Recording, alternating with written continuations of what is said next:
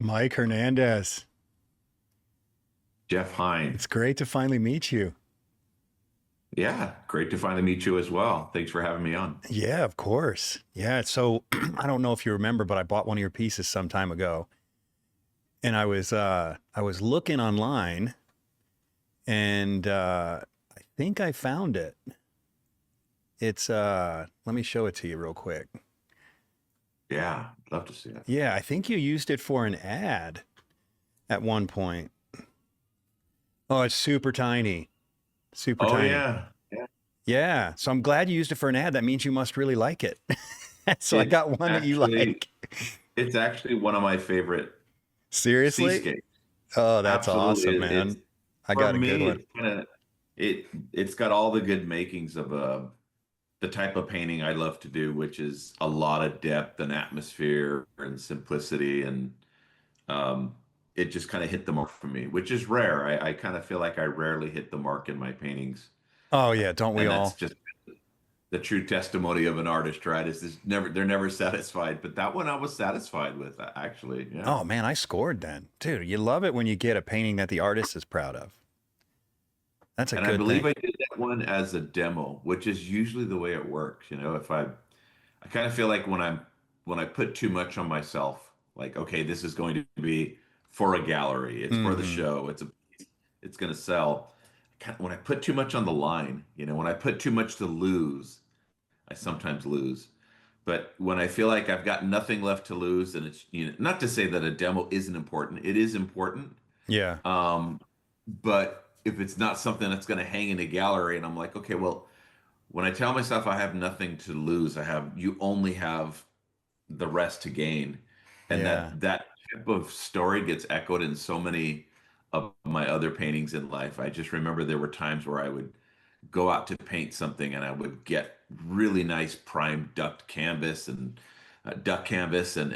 stretch it and get the best paints. And then I would look for a place that already looked like a painting. And then just, again, I'm just putting too much on the line, just, setting myself for failure, setting myself up for failure, and get to the location and painting's finished. And I'm like, yeah, just something didn't feel right. As opposed to days where I remember a time when I was living in the Pacific Northwest, and it was just a crummy day. And I honestly don't remember why. I was just having a bad day Mm-hmm. and going for a drive. And all of Washington's beautiful, but I was going for a drive and didn't feel like painting that day. But I was just feeling, bummed out about something.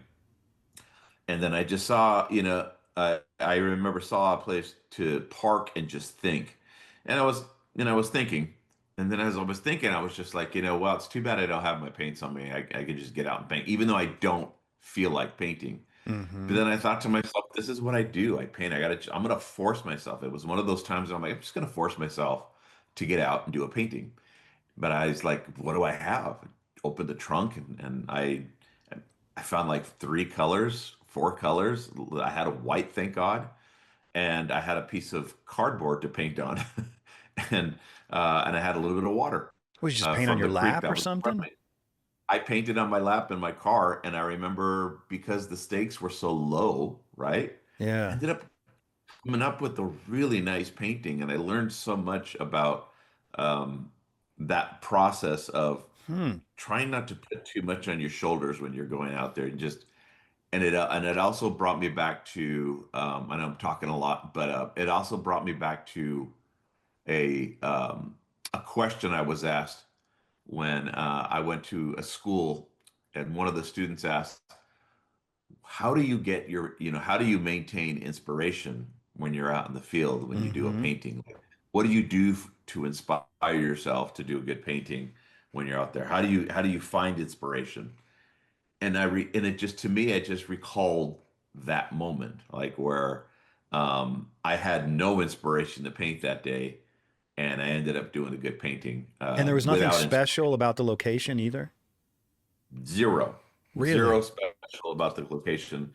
And that also taught me a lot, right? I was like, wow, there was the view wasn't inspiring, my mood wasn't inspiring. I had nothing, I felt no inspiration to do a painting. And other than the fact that I know I have it in me to be a painter, that's just who I am. I have to do that. So you have to kind of you have to kind of inspire from within. If anything, you just kind of pull it out and do it. The Mm-hmm. inspiration comes from knowing that you can do it, and that's it, right? And so knowing that you could eventually do it. And I equated inspiration to a warm bath, right? It always feels good when you first get into it, but eventually a bath just goes cold. Then Yeah. what do you do? Yeah. So what do you do when the water's cold? What do you do when you don't? It's like work. Do you only go to work and paint your best paintings or work for the client when you're inspired, right? You Mm-hmm. just got to do it. So it's kind of an interesting lesson to be lesson to learn about inspiration or painting when you don't feel inspired. And that's when to me it seemed to matter the most. It's just like, well, when you don't feel it, you got to do it at those moments, right? What's your driving force? God, I have so many questions. So, what do you think it is that makes it possible to make a great painting out of nothing and out of an uninspiring scene? Your history, right? Everything you've been taught up to that point. And faith, I guess, at some point. Not to say that I have 100% faith in myself every time I go up to do a painting. I do have faith that I can make that look like that now, right? I've been painting long enough to know that if I wanted to, I can just be a photocopy machine and just kind of a visual or a painting photocopy machine where I go out into a landscape and make that look like that. At the very least, I can do that now. I've been doing this for close to 30 years now. I should be able to at least do that. Right. Um, But you're for not me, doing the that. biggest part, not doing it. Yeah, for me, it gets more difficult when I have to go beyond that. Like, how do I go beyond the painting and the artistic statement? Put it to you this way: you go out to the Grand Canyon and you see it for the first time in your life, and you're just inspired by what you see. So you're taking all these photographs because you want to share them with your family and your friends when you get back Mm-hmm. home, and then you share those photos and you're like, look what I saw. It changed my life to be there. And those photographs just give them maybe 5%, Yeah. of the truth of Mm-hmm. what it felt like to be there. They're like, yeah, it's all right, looks cool, I've seen photos before. But if they were there, they'd feel it. It's different when you're there. And there's so much that goes into being there, right? The smell, the air, the depth, that feeling of vertigo you get when you get to when you stand on the edge, but you see more color when you're there. The presence of people, the drive it took to get there, all of these things that play into the experience of being in a certain location. As an artist, you have to figure out a way to paint it, not the way it looked, but how it felt, right? Like, how Mm. does it feel to be here? And then the only way to do that is you rely on the many years of experience that you gained as tools, right? You have these tools that you use to kind of speak that language. And sometimes it's just painting until you get to the other side of it, and knowing that not every single painting you're going to do is going to hit that narrative as hard every time. So it's just a series of hit and misses throughout your life that a lot of time, at the very minimum, I'm going to be able to make it look just the way it did, right? Like, okay, Mm-hmm. well, Mm-hmm. if all else fails, I at least will be able to paint the painting and make it look like that. But I want more. But at least, thank God, at the minimum now, after 30 years of doing this, I can make it look the way it does. But I kind of feel like I feel like about 50 to 60% of the time I'm getting it to a place that feels more like the way it felt as opposed to the way it looked. Or if it's not about the way it felt, sometimes it has nothing to do with the way I felt when it was there. Maybe it has something to do with something I just happened to stumble upon in the process. Because a lot of times I like not knowing what I'm going to get when I'm painting. It's a surprise, it's a bit of a journey. Mm-hmm. So sometimes I just start putting down colors that I don't expect to use. I'll look at the rocks and say they're red. I'm going to put down blue. I'll put down green, and I Is want to see that what I get. one of those tools? Just this spontaneity Yeah, that you referred yeah. to? Okay. You have to experiment and do things you don't normally do because otherwise the brain will never see it, right? I've heard it once said that in terms of creativity, Mm-hmm. um, we can't create anything we haven't seen, right? So, for example, if you're a creature designer, you can't create a creature from things you haven't seen. So any creature that any artist has ever designed, it's based on things they've seen. A bird with a cat, or um, um, like Godzilla, is just basically a lizard, and so all these different things, or an iguana, all these things, all these creatures that anyone has ever created, it had to have been from something they had seen in real life. Now, if you want to create something you've never seen, you have to sometimes just take these weird risks. And with spontaneous shape development or color development or light or texture development, you have to just kind of slap paint down or slap shape down, and start finding things on accident. You know what I mean? A lot of But then times you become a it's curator at that knowledge. point, Yeah. right? A lot of times it's knowledge, right? You're putting down what you know, but then somewhere in there it's like, but what would happen if I, used, sometimes it's a very direct tool. Sometimes you're kind of saying, okay, I'm going to do it mathematically in the color wheel.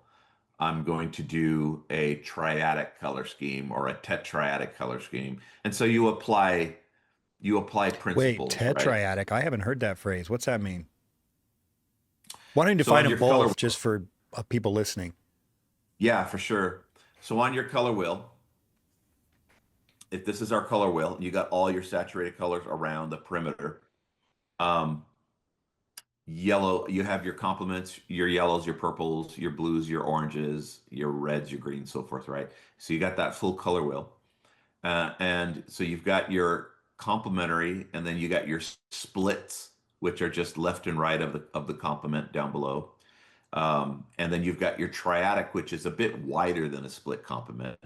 So you can go yellow, blue, violet, um, uh, greenish yellow, or something like that. But you kind of create these one, two, three. I probably didn't say that right, but you Yeah, can I get find it. three wider distinguishing parts of the triangle of the color wheel by using a triangle. So that's triadic. So three distinguishing colors that you can see in a painting. They may be within their hierarchy of one another.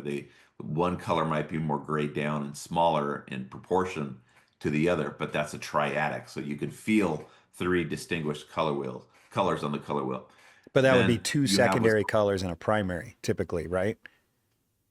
yeah, Yeah. yeah, exactly.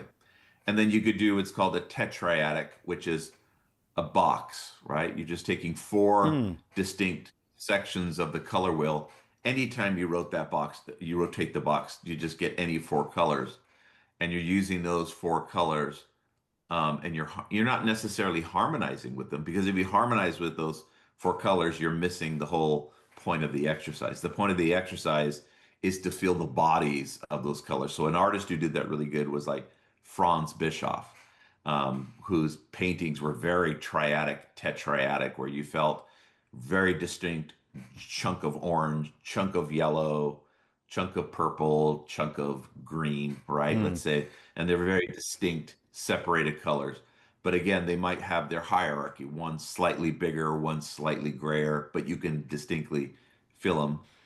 In our modern time, an artist I know that does that really, really well is someone like Nathan Folks. You look at his digital paintings, he's really very distinct with these big, strong bodies of colors in his paintings. And then he can also be very harmonious Hmm. with his colors as well. But you can have these tools that you can use, right? You can go out there with the knowledge of the color wheel and say, I'm looking at my scenery here, and this looks just very dull, and it looks very flat. Doesn't seem to have a lot of color. It's very harmonious. I can either capitalize in that, right, and paint that harmony, or I can take a risk and use one of the tools and say, what if I wanted to create a triadic color scheme or a tetradic color scheme out of this environment? so I can see 3 to 4 distinct, how do I pull that out when it doesn't exist in front of me, right? I don't see it in front of me in the landscape. I don't see Hmm. 4 distinct colors. I just see a grayish, brownish hue with a bluish sky. Well, I already got the bluish of the sky. I got the brownish of the ground. How else can I divide those, right? And that becomes a problem that needs to be solved. And so I just worked with a few other artists in a digital workshop that we did for Eric Rhodes last Saturday. We all did a digital plein air webinar that day. And I got to do one-on-one, the two of us, um, John Burton and myself. We went on at the same time, and we both did our demos Jeez, that back would to have been back. great to But I watch. always love, Hmm. yeah, he's great. Well, you If you both guys are. could, if you guys want the playback, some of those, it's really great to watch. Hmm. Um, because you've got your powerhouse artists in that Hmm. particular packet. I'm not talking about me. I'm just talking about the other artists. After I was done, I got to just sit back and watch them and learn. These guys are just. We were lucky. I was lucky to be in that group. But John Burton, I always like to go back to something he told my friend Tiffany Mang. Tiffany and I went up to visit him once in, I think it was back in 2015, 2014, and he lives in Carmel. And so we were all painting with him in Carmel at Point Lobos. And he told her something that she echoed again recently. And I was like, God, that's such a great 2015. thing. Wasn't she like 5 years old in 2015? She was even, I always knew like back in those days she was going to be a superstar. I Yeah. just like they're going to be great, but she was young. She's still pretty young. And she remembers him saying that, gosh, plein air painting is just problem solving. Yeah. And she didn't get it back then. Like, what do you mean? You look at it and you paint it the way it is. Well, yeah, if you want to be a photocopy machine, right? If you want to be a camera, you just paint it, but like good composition, good color decisions, good statements it's all basically problem solving. And she didn't get that until much later when she mentioned it again. It resonated like, yeah, that's true. It's a lot of problem solving when you're looking out there in the landscape. And so if I had a landscape that was very harmonious, it may not be a problem if I just wanted to capture the harmony of that landscape and just do a study and an Hmm. analysis of what harmony is, right? Maybe I'm just trying to develop I'm just trying to develop the grammar, right? And grammar is one thing. You're just being able to speak what's in front of you. But then if you wanted to go beyond the grammar and you wanted artistic statement next, well, then now I have a problem that needs solving. I have a very monochromatic landscape, a very harmonious landscape, but then I want something more colorful. I want to do a triadic or tetradic color scheme. How do I do it? Like, where do I break up the colors in this landscape and create 3 distinct or 4 distinct color patterns in there? And then it gets fun. Hmm. There's going to be you just have to accept that there's just going to be a lot of failure, and that's the only way to get to the answer is through failure, and then something starts to click when maybe it all doesn't come, it rarely all comes together at once, but small little things add up, like, oh, that worked, oh, this is interesting, oh, that Hmm. worked. And most of the paintings are throwaways, but the knowledge learned from those paintings aren't throwaways, right? So I'm rarely one of those artists who would walk away from a painting upset because the painting didn't work, because I Really? know deep down that it all got stored up here.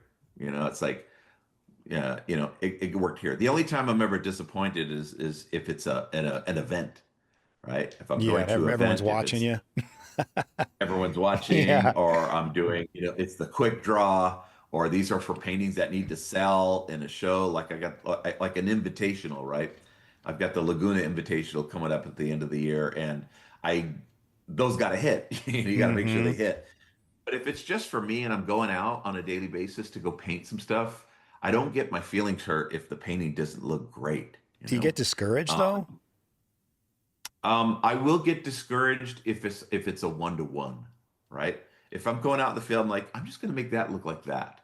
Now, if I wasn't able to, like, let's say I took no risks at all, Yeah. and I wanted the painting to look just the way it appears in front of me, like the painting needs to replicate the reference, right? Yeah. If I couldn't at minimum do that, I would be discouraged. I'd just be Yeah. like, You're oh like, what God, have I been it would doing for hurt. 30 years? Yeah. Yeah. And you know what? I wouldn't, it would be discouraging, but it would just be more motivating to be like, all right, I really need to get out more and do this.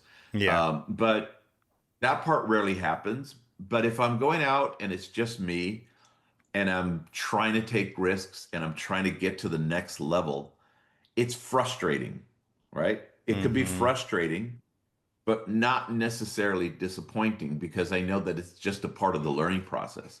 Now, that wasn't me 10, 15 years ago. A long time ago, I didn't understand learning cycles and how they worked. I remember going through patterns of learning cycles, and if I was trying to do something I'd never done before and I was stepping outside of my comfort zone, let's say I would tell myself I don't like painting cars or city scenes, was probably because I didn't really do them enough, and it was Is that outside of my something you've comfort zone. actually said to yourself? Yes. Hmm. Yeah.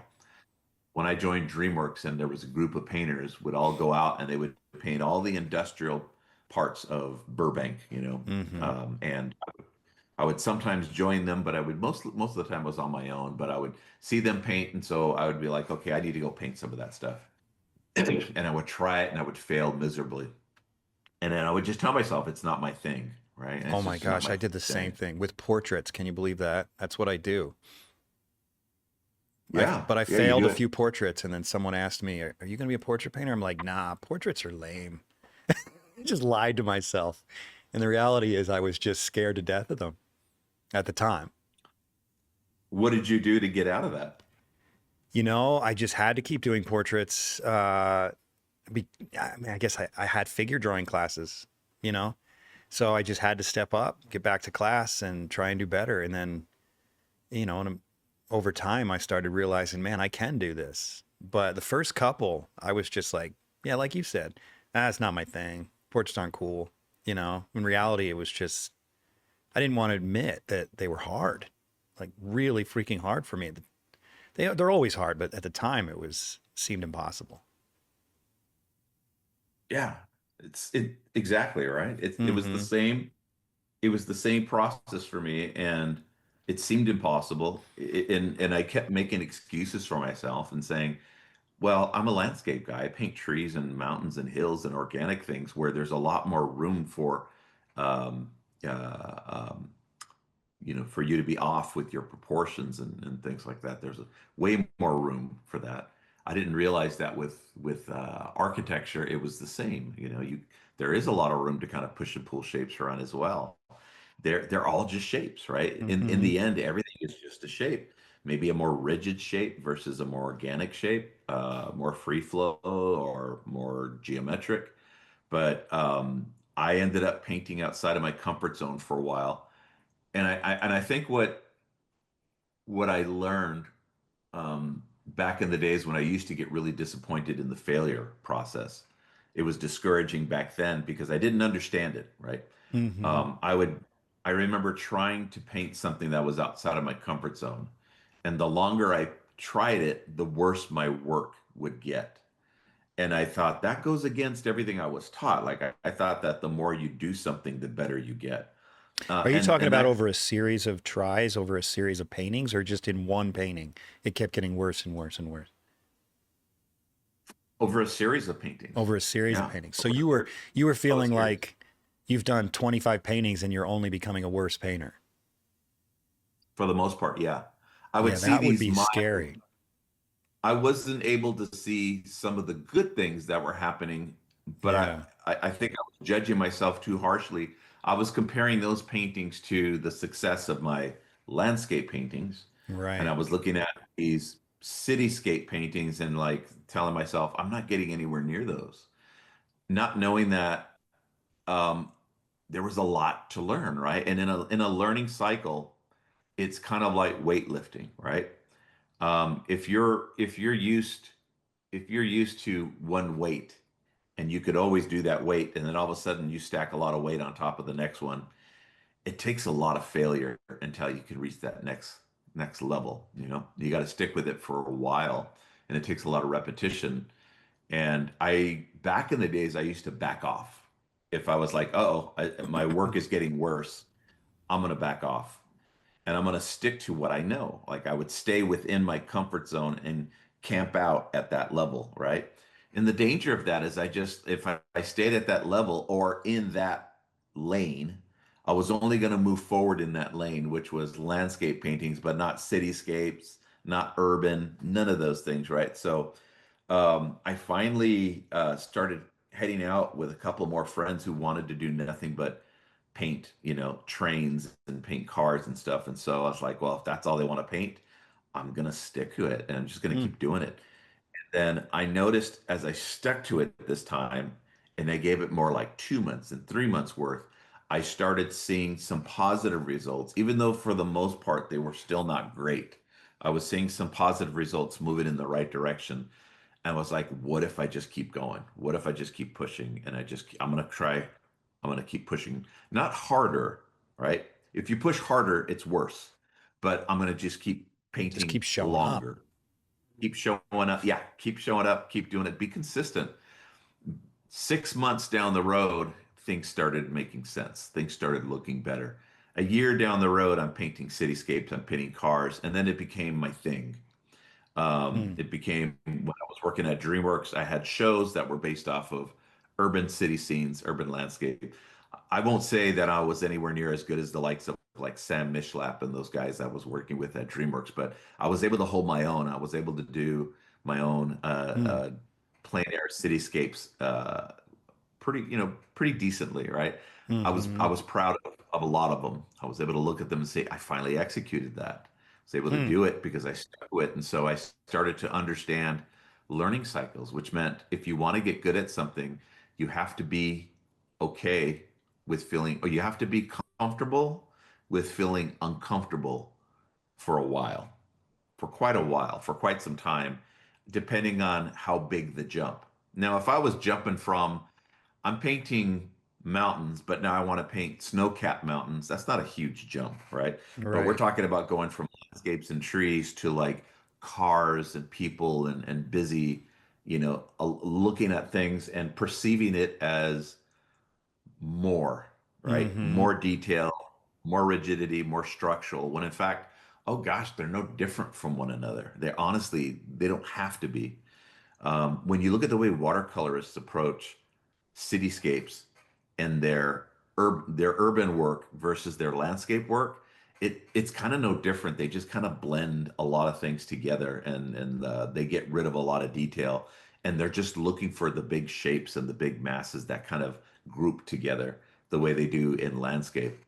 There tends to be more vertical shapes, in urban, of course, but for the most part, it tends to not feel as different, right? You identify them more differently as, oh, that is more reminiscent of something that's man-made, and this is more reminiscent of nature, right? But there is that whole But perspective element that, I mean, I guess you need that in nature too. The trees get progressively smaller, but it's a little different with architecture. I mean, if your lines don't recede relatively perfectly, it's going to fall apart. well, if you're trying to do a landscape painting based off of vanishing points, you're going to fail miserably, right? It's Really. going to take you So too how do you long. approach them? I approach it like everything's a puzzle piece. If you identify the puzzle piece shape, you will get the correct perspective. More than So if you you try to just do get the right the brush. angle on a particular shape and then the right angle on the shape next to it. And if you're precise enough in your observation, things will just vanish to the right points. Man, do I have good news for all of you guys. We are now being sponsored by Winsor Newton. That's right, Winsor Newton, the Winsor Newton. You're probably asking yourselves, how is this good for us? I'll tell you why it's good for you, because you freaking love this podcast. And if it's good for me as the host, it's good for you because I can keep bringing you more and more episodes with their generous funding. So you're welcome from them and from me. So if you haven't heard of Winsor Newton, you're kind of living under a rock because they've been around forever. Let me show you something. You see these two old farts right here? They founded Winsor Newton back in 1832. That's like 50 years younger than the United States of America. Now, I realize for all of you Asians and Europeans and Africans and so on, that's nothing to you guys. But to us, that's freaking old. That's a long time, almost 200 years. Now, if a company that sells art supplies has been doing it for almost 200 years, you'd think they know what they're doing, and they do. And I know they do because my entire studio is full of Winsor Newton art supplies, from ink to papers to charcoal to pencils to mediums, everything. And recently, one of my guests highly recommended their watercolors, and I'm hoping to start watercolors soon. And of course, I'm going to go to them. And you should go to them too, because they're offering a 10% discount code, Undraped Artist Pod. Undraped Artist Pod. You type that in, you'll get 10% off anything you order off their website, windsornewton.com. Send them a message that you love this podcast and that we're worth investing in by using this discount code and ordering with it. Undraped Artist Pod at windsornewton.com. Go buy some art supplies. Discount code only good for 30 days from the time of this ad. Yeah. So, for example, if you wanted the correct perspective and shape of a road that's going off into the distance and then it turns at the very last minute, and you're like, oh man, how do I get that perfect angle? Well, think of it as a little piece, a cutout piece of paper. Or you ever think about those? If you remember those puzzles when you were a little kid, or you took your kid to a dentist, and in the dentist waiting room, they had these puzzles that were made out of wood, thick, chunky pieces of wood, and they were just shapes, right? All these cool little shapes. I always think of the landscape like that. If you were to try to figure out what that shape looks like as it goes into perspective, think of it first. Take away the context, take away the fact that it's a road, take away the fact that it's something that moves into, take away the depth of the piece, and think of it as a flat shape, cut out. What is that shape? And if you think of what that shape is and you try to draw that shape as a one-dimensional shape, not a 3D shape that goes into depth, but a one-dimensional shape, then you reinforce. It's a simultaneous process to me, right? I always think of the shape and I think of the perspective at the same time. Like, how does that shape imply perspective? But I'm relying mostly on the look of that shape and its proportion and size to the shape that's next to it. Everything is a bunch of shapes, which is why I think notan chiaroscuro studies are incredibly valuable, because they, we could talk about those in a little bit if you want, but like those types of tools are really valuable for revealing shape design.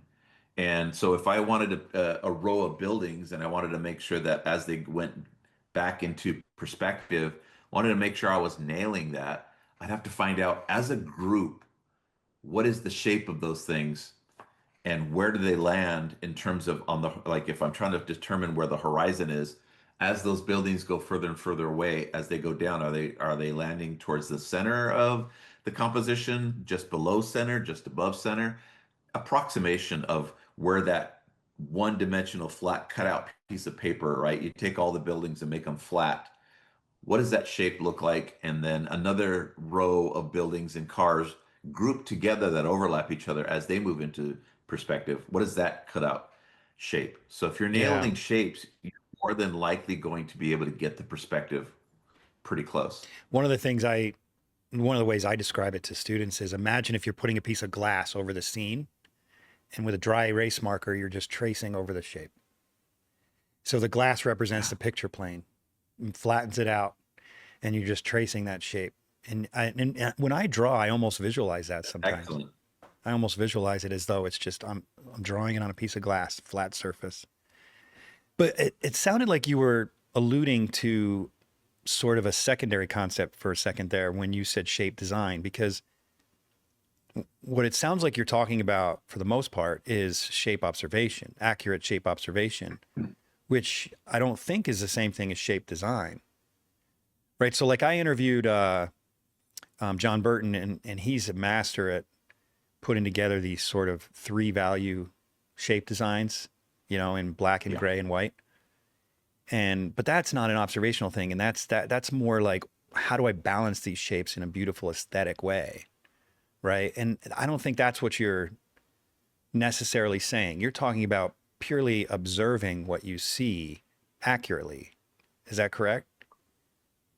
I think both can be true, right? I think both can be designed. But when I relate to Um, perspective, though, we're relating to perspective.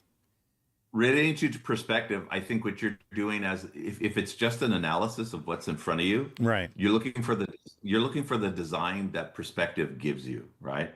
That's Design that that in and of offers you. It's itself. already set. Nature Yes, put it there. exactly. Okay. So you're looking for the design that exists in nature because nature has a beautiful way of teaching us the designs, Right. right? Some of those designs, how they look better and sometimes how they're not as good, and when you may want to step in. But even if something already looks good, you can do whatever it is you want with it. The reference, life in front of me is always just a reference point. It's just, I see it as I'm a director and I'm looking out at the stage and it's a theater in front of me and everything is a prop. And I can decide what it is I want to do with that and say, okay, the lighting right now is standard, right? The lights that are on are just standard lit. The shadows are falling where they may, the shapes are where they are. It depends on the kind of painter you are, right? Mm-hmm. I know some painters who are amazing painters, but they're purists. Meaning when they go out to paint something, they don't rearrange shapes, they don't push the colors too much. They might do a little bit of accenting, right? But as a purist, they paint the light the way it is, they paint the shapes the way they are, they paint the scene the way it looks because the way it looks is already beautiful. Yeah. And when they paint it, it's gorgeous. Their mark making is incredible. Everything just looks so great. So again, that's a purist. Because my background comes from animation, I can't help but hone in on the tools that I've learned there, which is kind of more of a storyteller in my paintings. Mm. And in order to become more of a storyteller, or maybe to be more intentional with what I paint, people always say, well, when you're telling a story, are you putting some character? No, for me, storytelling is making sure that when you paint something, you're very intentional with everything you do in there. And in order to be intentional, then you start to go into design, right? Everything becomes a design, compositional design, shape design, the design of lighting, the design of color and textures, all of those things, meaning you have now become an art director of your own piece, right? You're Mm-hmm. art directing work as opposed to studying work. Studying landscapes and painting things is one thing. Getting to your understanding and understanding your grammar and letting nature teach you how it works. And then at some point, nature's like, okay, now it's up to you to go off and create your own artistic version of what you've learned from me, right? What you've learned from the landscape. And so, like with John Burton, he refers to himself as a shape maker, right? Like Mm-hmm. in his world, everything is a shapes, and how they and what they say about him, which to me is an amazing aspect of an artist. Their composition, their shape vocabulary, their colors, the way they do their lighting, all of those things, in the end creates a sense of style and identity, which means when I look at a painting, the first thing I want to see is the artist. Then the second thing I want to see is the subject matter, right? So if there's a Mm. painting John Burton, if John Burton painted a vase, when I first see that painting, I want to be able to go, that's John Burton. And Mm-hmm. then after after that, it's a simultaneous read, John Burton's vase, right? As opposed to vase, then who painted it? Oh, the signature says John Burton. But John Burton has a signature in his work, right? So when I look at his paintings, it's like John Burton the minute I see it. And that creates my list of favorite artists, whether they be modern or whether they be classical artists. I think of, okay, well, the ones that just the minute I look, I identify with who they are right away, stylistically. Not because Mm. I already learned that they painted that, but stylistically, there have been paintings that I've never seen from artists that I've come to appreciate. and I identify their style right away. So, for example, I'll have students in some of my classes do master copies from Edgar Payne, and they just my students are better than I am at like digging through the internet and finding images, right? And so I always have them put up their master copy reference and then their work, and then I'll be like, "Where did you get that, Edgar Payne?" And I'll know right off the bat, like that's Edgar Payne just from looking at the way he paints.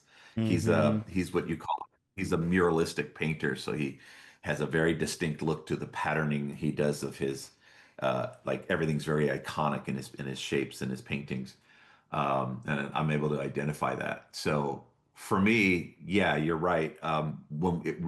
Coming back to the analysis of shape design depends on what I want. Like, am I studying perspective and how shapes and the design of those shapes in life work? Great. Now I've learned that. Now, most of what I do is taking that knowledge and creating a more cohesive design for me and for what I think the painting needs, right? Going Okay. into what is the Here's an issue I'm curious how you address. It, forgive me, I've got a cold, so I keep clearing my throat, but I'm usually turning off the mic. That's right. Um, so you stated that if you're doing perspective, you're not thinking, well, you're thinking about perspective, but from what I understand, it's sort of in the background. It reinforces the shapes that you're observing on a two-dimensional plane, right? But what happens when you Yeah. have to edit, right? Then you're no longer observing shapes as they are. So let's say you need to let's say, okay, here's a good example. I think it was James Gurney that was talking. I was talking to him, and he or maybe I saw a post. I can't remember. It's all a blur. But he was talking about moving a boat and in the on the ocean, and that it's very important that you put the boat in the right place relative to its scale, so that it follows perspective. Does that make sense? And like, let's say you Yeah. were to you just move a building slightly over in order to change the composition to a more pleasing arrangement of shapes. Well, then at that point, you can't just observe the angles anymore. The angles have to change, right? So at that point, do you think about vanishing points and go back to your knowledge of perspective? Or do you have some other method of making it all work? Yeah. Yeah. Whenever I'm painting, it depends on how much I want to change, right? You're right. Like, I kind of feel like rarely do I go out to a city scene and decide. I tend not to push things as much as I would push, let's say, an urban landscape, right? Where Mm-hmm. trees can kind of get pushed and nudged around. I think there's a lot more that you can get away with. In fact, I An have kind urban of this thing lands, I teach urban, I'm sorry, not not urban, urban, a not landscape, just a urban, landscape. but landscape. Okay. I'm No, sorry. that's okay. I just My, want to make my sure I was on mistake. the same page. Something I like to teach my students is this hierarchy of what it is you can get away with in landscapes. Like, Yeah. in landscapes, there's a lot more you can get away with. The more unstructured, like bushes and rock shapes and things, there's a lot you can get away with in terms of your interpretation of what's really there and how you can Right. push and rearrange, right? There's so much you can get away with. And then when it comes to urban landscapes, you get away with less, but you can still get away with quite a bit. So it depends on the type of perspective that you're dealing with. There's a Mm-hmm. lot more you can get away with. If my analysis is of a one point city scene and I'm looking down a street scene, there's a lot I can kind of get away with the planes that are facing me that are 90 degrees to my or that are parallel to the picture plane. I can make those things whatever size I want to, Right. right? Kind of pull them around and then finding out how they vanish to that one single vanishing point is going to be pretty easy to kind of arrange. When it gets a little bit tricky is depending on your POV in the landscape, and how those shapes, now you're no longer looking down a one point city scene.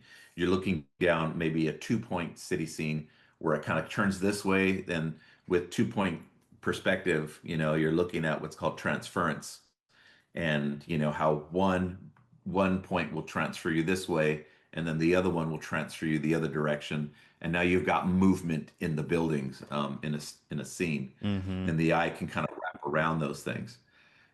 If you don't have any in the urban scene, if you don't have any like trees and things like that, and it's all buildings, um, there's less that you could get away with in Yeah. that scene, and you have to kind of be pretty close to what's going on. There is some stuff you can push, and so in those scenes I tend to kind of push and pull and say, well, I don't want to change it up too much. I think what I want to do is just kind of find something I like, but I can always push the height of certain things, and that doesn't change too much, Right. and the vanishing points stay in the same place. But I'm rarely going to rearrange. Doesn't mean I haven't, right? I have done that because sometimes if there's a lot of grouping, right? Let's say a lot of buildings aren't different colors. Say it's a bunch of white buildings, and I can group them in one, and a lot of shadows come into play and create an interesting shape out of the entire thing. You'd be surprised how much you can get away with. And when I say that, I'd have to refer back to some of the lessons I learned, very minimal lessons, because I didn't work with, but I was working around the same time Derek Gogol, an artist. I don't know if I'm saying his last name correctly. I think it's Gogol, Mm-hmm. a DreamWorks concept artist. He was working in the visual development department with the big names like Richie Chavez and Sam Mishlap and those guys. And I got introduced to those guys when I was first working on the team with Sinbad, and I didn't belong there when I first got in. I was like, I don't belong in this team. They placed me in the wrong group of people because these guys were just so experienced. I was so intimidated. I would eventually, later down the road, claim my own as visual development. But in the beginning, I was so out of my realm down there. But I learned some things about working with people with like Sam and with Derek, and um, I always thought, and I was taught it with the limited amount of perspective I had from Art Center, that where the vanishing point is where everything needs to go, right? And Mm-hmm. then looking at Derek's work and seeing how he cheated perspective, Mm-hmm. making the perspective work in those concept paintings and in those background paintings, like Paul was saying, was painting these beautiful backgrounds that Derek was painting. I believe Paul painted them, or Paul might have created his own as well, because Paul's also an amazing designer too. But sometimes they were painting their own, and then sometimes they were painting other people's. But Derek wasn't really a painter. I think he did like marker tones on his, but he did these incredible concept pieces of in Egypt. And with the columns, instead of putting those columns, you would imagine the tops of the columns that would normally, if your point of view was a little bit more like worm's eye, 3-point perspective, you Mm-hmm. would expect those columns to go into perspective.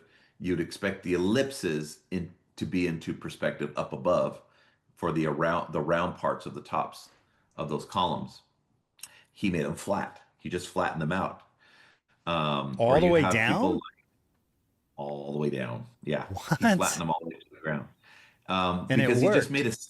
he made a statement out of those pieces. Hmm. Another person who does that is Sparth, right? Sparth, you look at his work, and I love to show artists. Like right now, I'm teaching my perspective class, and we're on 1 and 2 point perspective, and Sparth uses a lot of 2 point. And I always told my students, look, when in doubt, always just choose 2 point perspective. It's pretty safe, right? It's a very safe place to go. And they're like, yeah, but what if my camera angle's low and I'm looking up or I'm looking really down? Don't I have to choose bird's eye, or don't I have to choose, a worm's eye and really force perspective? I go, yeah, you So can. you're talking about Absolutely. 3-point perspective when you say birds or worm. Yes, three Okay. point perspective, down or up, right? Right. But when you look at Sparth's work, we were looking and studying his stuff. I could be wrong, but we looked at a lot of his stuff. Most of it is just no more than 2 point perspective. There was a shot where we were looking extremely low, and his lines are still parallel. They're not Interesting. vanishing to a third point. Or where we're looking at distant stuff, it always feels like he's doing a lot of, to make his stuff feel very epic. He uses a Yeah. lot of parallel lines in his What's world. this guy's name again? So Sparth. And to be honest with you, I don't know his full name. Everybody knows him by Sparth, right? Sparth. Sparth artist, I'll put in. Yeah, you go to his art station and he's got quite a bit in there. And when you look at his perspective, most of his lines are parallel. He does vanish left and right. Here we go. I'm just looking for one example of one of those If situations. you keep, Oh, right yeah, so here if is you a little keep, bit.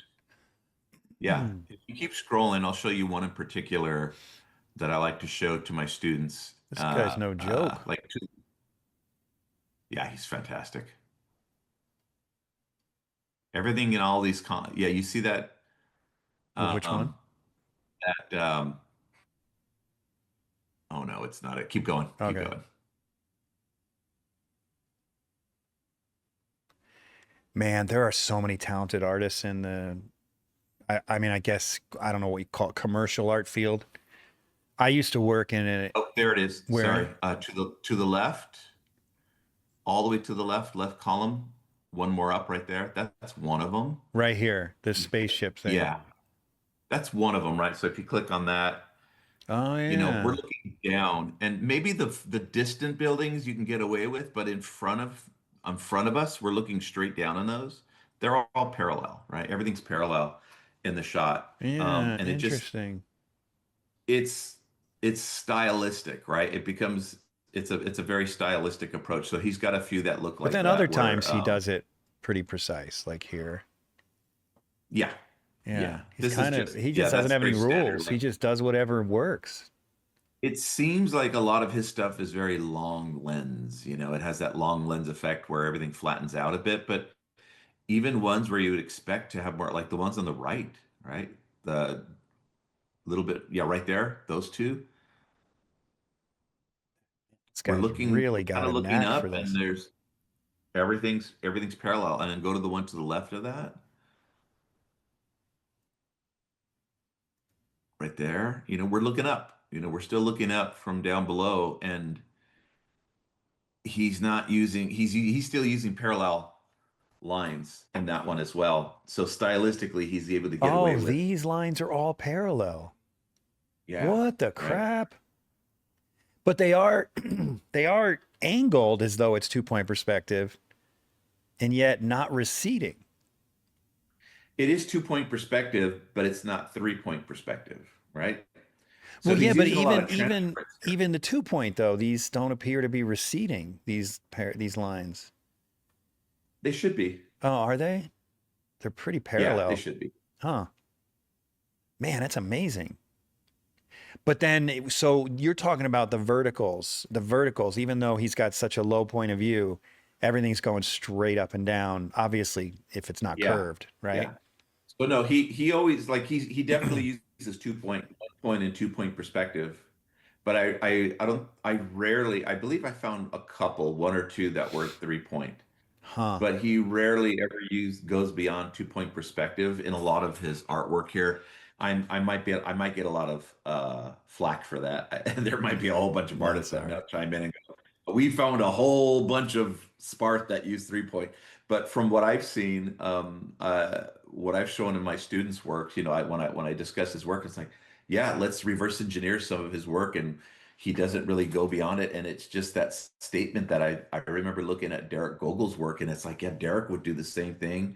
Sam would do the same thing. Like Sam Mishlap used to just like, he would cheat perspective quite a bit. I remember a trick, and I don't remember what artist would do it, but they would take these vanishing points in a city scene on the horizon, and it was, let's say, if they felt like the cities coming in were pinching the character in the scene, all the buildings coming in and vanishing at the character, they would take the vanishing points in just a concept piece, and they would split the vanishing point into two vanishing points, and that way the buildings on the left and the buildings on the right had their own set of vanishing points, and it still felt like 1 point perspective, but it's just like you opened up the scene by Really? dividing that one single vanishing point and splitting it left and right a little bit, right? It's just a little cheat that I remember seeing. I don't remember who did it, but they Isn't opened that up the their same scene thing as like that. just lowering the horizon line? No, I guess it wouldn't be. I guess it wouldn't be the same thing. Interesting. And it works. And it worked. Yeah. It actually worked when they did it. That's But wild. looking at what Spartha's doing, he's getting away with a lot. And so if I did way more, to be honest with you, I actually cheat. I cheat more of my, not cheat. I design more of my landscape pieces than I would my urban pieces for sure. Hmm. And I think if I were doing more urban work, I would probably push on the urban stuff more. But I just don't paint it as much anymore. I'm not working at DreamWorks anymore, and I do most of my work now is I still teach I still teach for animation students. I still teach entertainment, but I don't paint as much urban these days. I But want you to get are back into doing doing it. structures and stuff. So this house, for example, I Yeah, mean, yeah. it's technically not urban, but it's got the same characteristics. You know, vanishing point and strong angles and so on, or straight lines and stuff. Yeah, no, So because I don't that's think a I've ever even seen an urban painting of yours. I don't know if I ever have. they're old. There's a lot of yeah. They're really really old pieces. We'd have to dig all the way back in my Facebook and go Oh, way back. really? So you kind There's a of lot of those. you kind of felt like you needed to get comfortable with it, but then you still prefer the landscape or seascape. I do, yeah. So there Yeah. was a time I was really into it, um, and I was really, really hitting. So when I did a show, one of my first shows that I did at Gallery Nucleus in Alhambra was pretty much almost all exclusively urban, just nothing Mm-hmm. but urban pieces for that show. Hmm. So I still do like doing it, but I have a tendency to kind of stick to the shapes a little more in the urban work than I would in the landscapes. Okay, so I have a question for you. You are known for gouache. You do digital. I think I've seen that you've done some oil as well, but gouache seems to be the thing that you do the most. How did you end up landing on that of all mediums? Is it just me or the rest of you guys also get weirdly excited when you order new paint? Because I don't know about you, but when I get paint in the mail, it feels like Santa just dropped my Christmas presents off at my doorstep. With Vasari paint, my paint of choice and the podcast sponsor, it's even more exciting. And let me show you why. Because when Vasari shows up, it comes in this incredible box where each tube lays in this little compartment perfectly formed around the tube in this nice soft foam. And it's surrounded by velvet, red velvet. Now you got to ask yourself, if a paint comes so carefully protected and surrounded by red velvet, you got to wonder if this paint is worthy of royalty. It is. Vasari is. So if you haven't tried Vasari, you're seriously missing out. And the thing about Vasari, it's not only the best paint out there, it's also made by an incredible company that's been around for 30 years and knows its customer by name. Do yourself a favor, go to vasaricolors.com and order yourself some for your next painting. So I replaced, push this back a little bit. I remember taking over for an artist and a teacher named Ray Turner. He taught me landscape painting and head painting back in the day when I was at Art Center. Mm-hmm. And so he was going to leave, and the school needed another teacher to teach the only landscape painting class they ever had there, and it was brand new. And Hey, Mike, Ray just Turner scoot taught over it just a little one. bit so you're more in the center there. There you go. Let's move this There you slide go. down. There we go. Yeah. Um, he taught it in oil, and when I Okay. took it over after I graduated in 2001, I think it was, I took over and I taught it in oil. Mm-hmm. And I did that for about 4 years. And then I remember cleaning out my garage and coming up and finding a box of leftover gouache that I purchased for one of the design classes that I took when I was at Art Center. And in Mm-hmm. that design class, you had to buy, some of these were series 4 tubes of gouache, really expensive, right?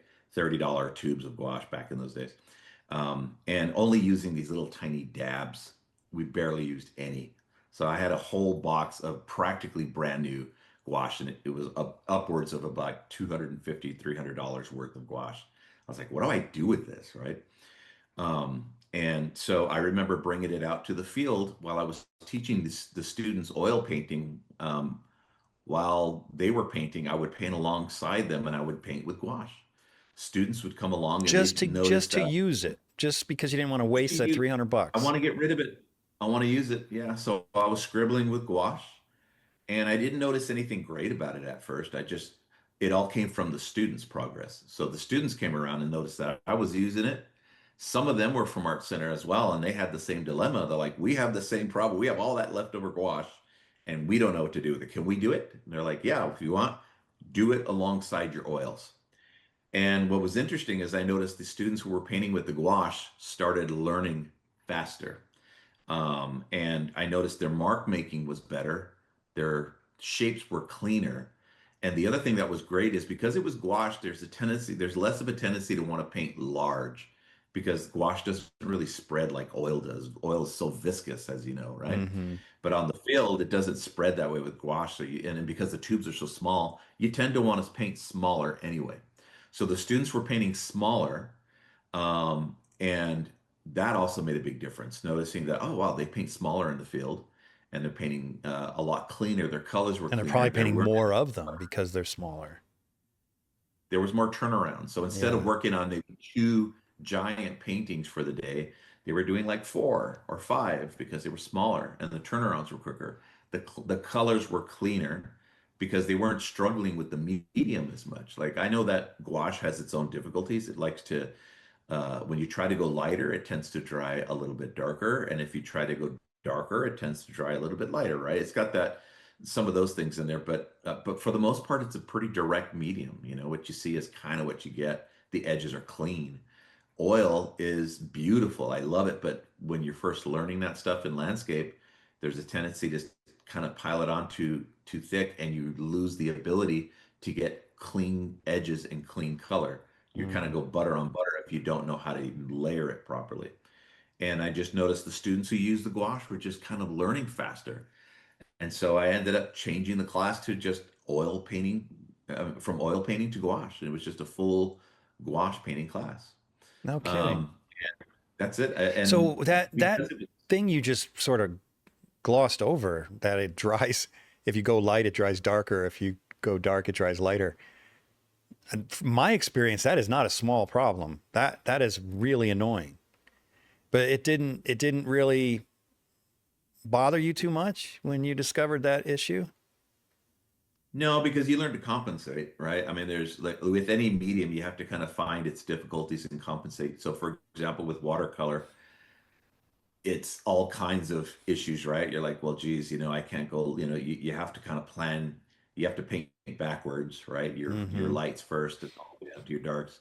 And if you make a mistake, I don't like, a lot of people say that watercolor is unforgiving. It's actually if you know what you're doing, it can be forgiving, but for the most part, it feels unforgiving, and more committed, like, right?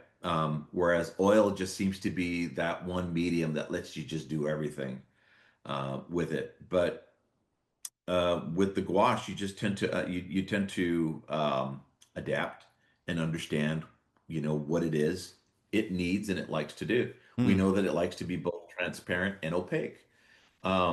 And because it likes to be opaque, you have to understand how it is it wants to be layered.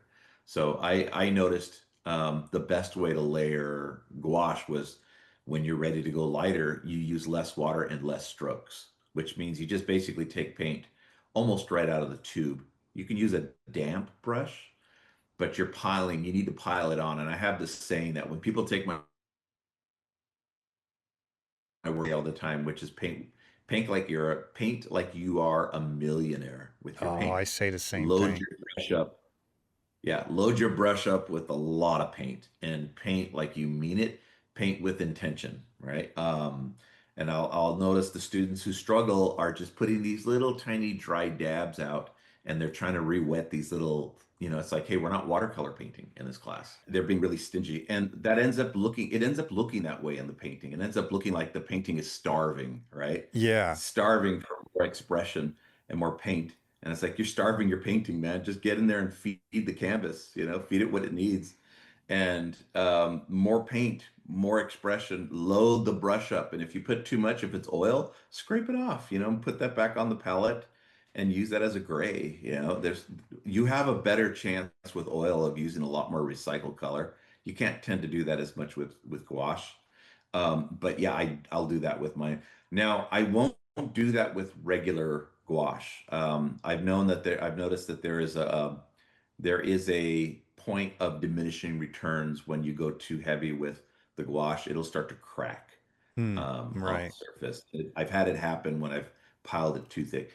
You can go pretty thick with it, but if you try to go like acrylic or oil thick with it, it could crack, right? And I've had it happen. I've sold a painting that ended up coming back to me because of the cracks. And they're like, "Well, can you fix it?" I'm like, "No, once it does that, it's just done. I don't want to try to chip it off and restart." Hmm.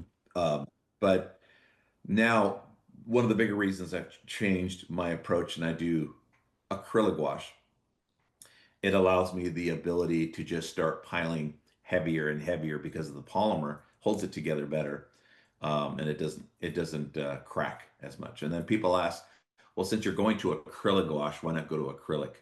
I do use acrylic as well. I'm not particularly fond of the shininess of the plastic look of acrylic, which is Hmm. why the acrylic wash tends to be more of my preference. Acrylic gouache The look acrylic like wash, gouache? Can you tell a difference? no, no. When I put them side by side, and in fact, when you're painting with them, they feel almost identical, except regular gouache is still slightly more opaque.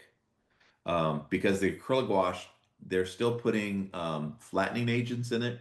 They Mm-hmm. put a flattening agent, and they got to put more of that gum arabic, and they got to put also the polymer. Oh, so It's less gonna thin. pigment. Yeah, yeah, for Hmm. sure. Well, what about Because of the way casein? I pile it, it doesn't work. What about Ah, casein? Have you good tried question. that? So I recently went to do the Reno plein air convention in Reno, and I was at the vendors area, and Jack Richardson gave the Jack Richardson booth. They gave me a whole box of casing to try for the very first time, and I was like, okay, well, let's just give it a go and see how it works. And I went out to Tahoe area to paint, and I did one painting with it, and had a pretty bad experience using it in plein air.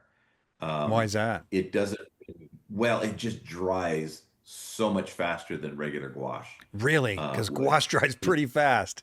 Man, that must be it crazy does, fast. right? This is like twice as fast, if not more. Whoa. Using it out in the field.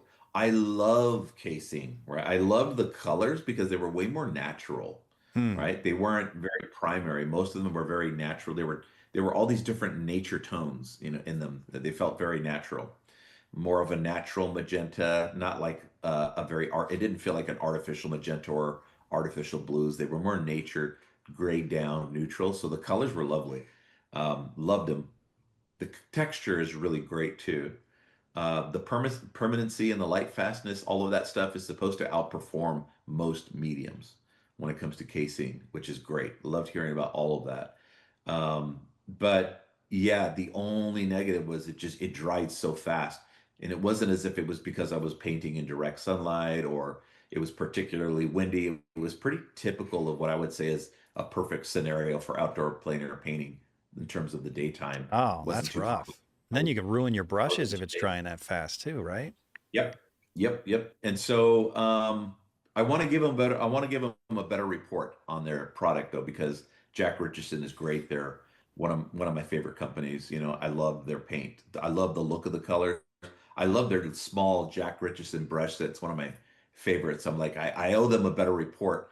So two things I want to try. First thing I want to do is I want to revisit the plein air painting again with the set, but this time I want to try adding extenders to it. maybe some sort of retardant or something that they might use in casings. I'm not familiar with casings, so I wouldn't know Hmm. what type of Are what you type even of positive there's an option for that? someone had mentioned, because I did a post about it on Instagram. I wonder if Someone James who's Gurney would familiar know with because it. you know who James Gurney is, right? Does Yes, and I anyone know not he know James Gurney? it. But he does Casein. I wonder if he would know about it. And now, does he do casing in plein air, or does he just do it at studio? I don't think he does anything that's not plein air. I Yeah. mean, So, he seems like a purist in that way. I mean, obviously his dinosaur work is in the studio, but I don't know.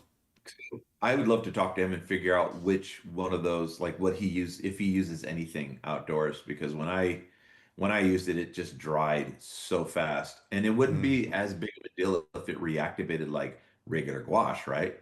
You just re-wet your pile and just keep painting again. But with Oh, casein, so then you it can't just even dries. spray it with water to keep it from drying. Oh, You geez. Okay. can, Oh, you can. and I did that. I had my spray bottle, and I was constantly, constantly. So I'll give you an idea of how fast it dries. I will mix up a color for a tree, let's say. I've got the green color, put down a few strokes, come back to mix again. It's already halfway dry. Oh, geez. So you're constantly, spraying this thing and trying to keep it from drying. So I did mention that in a post.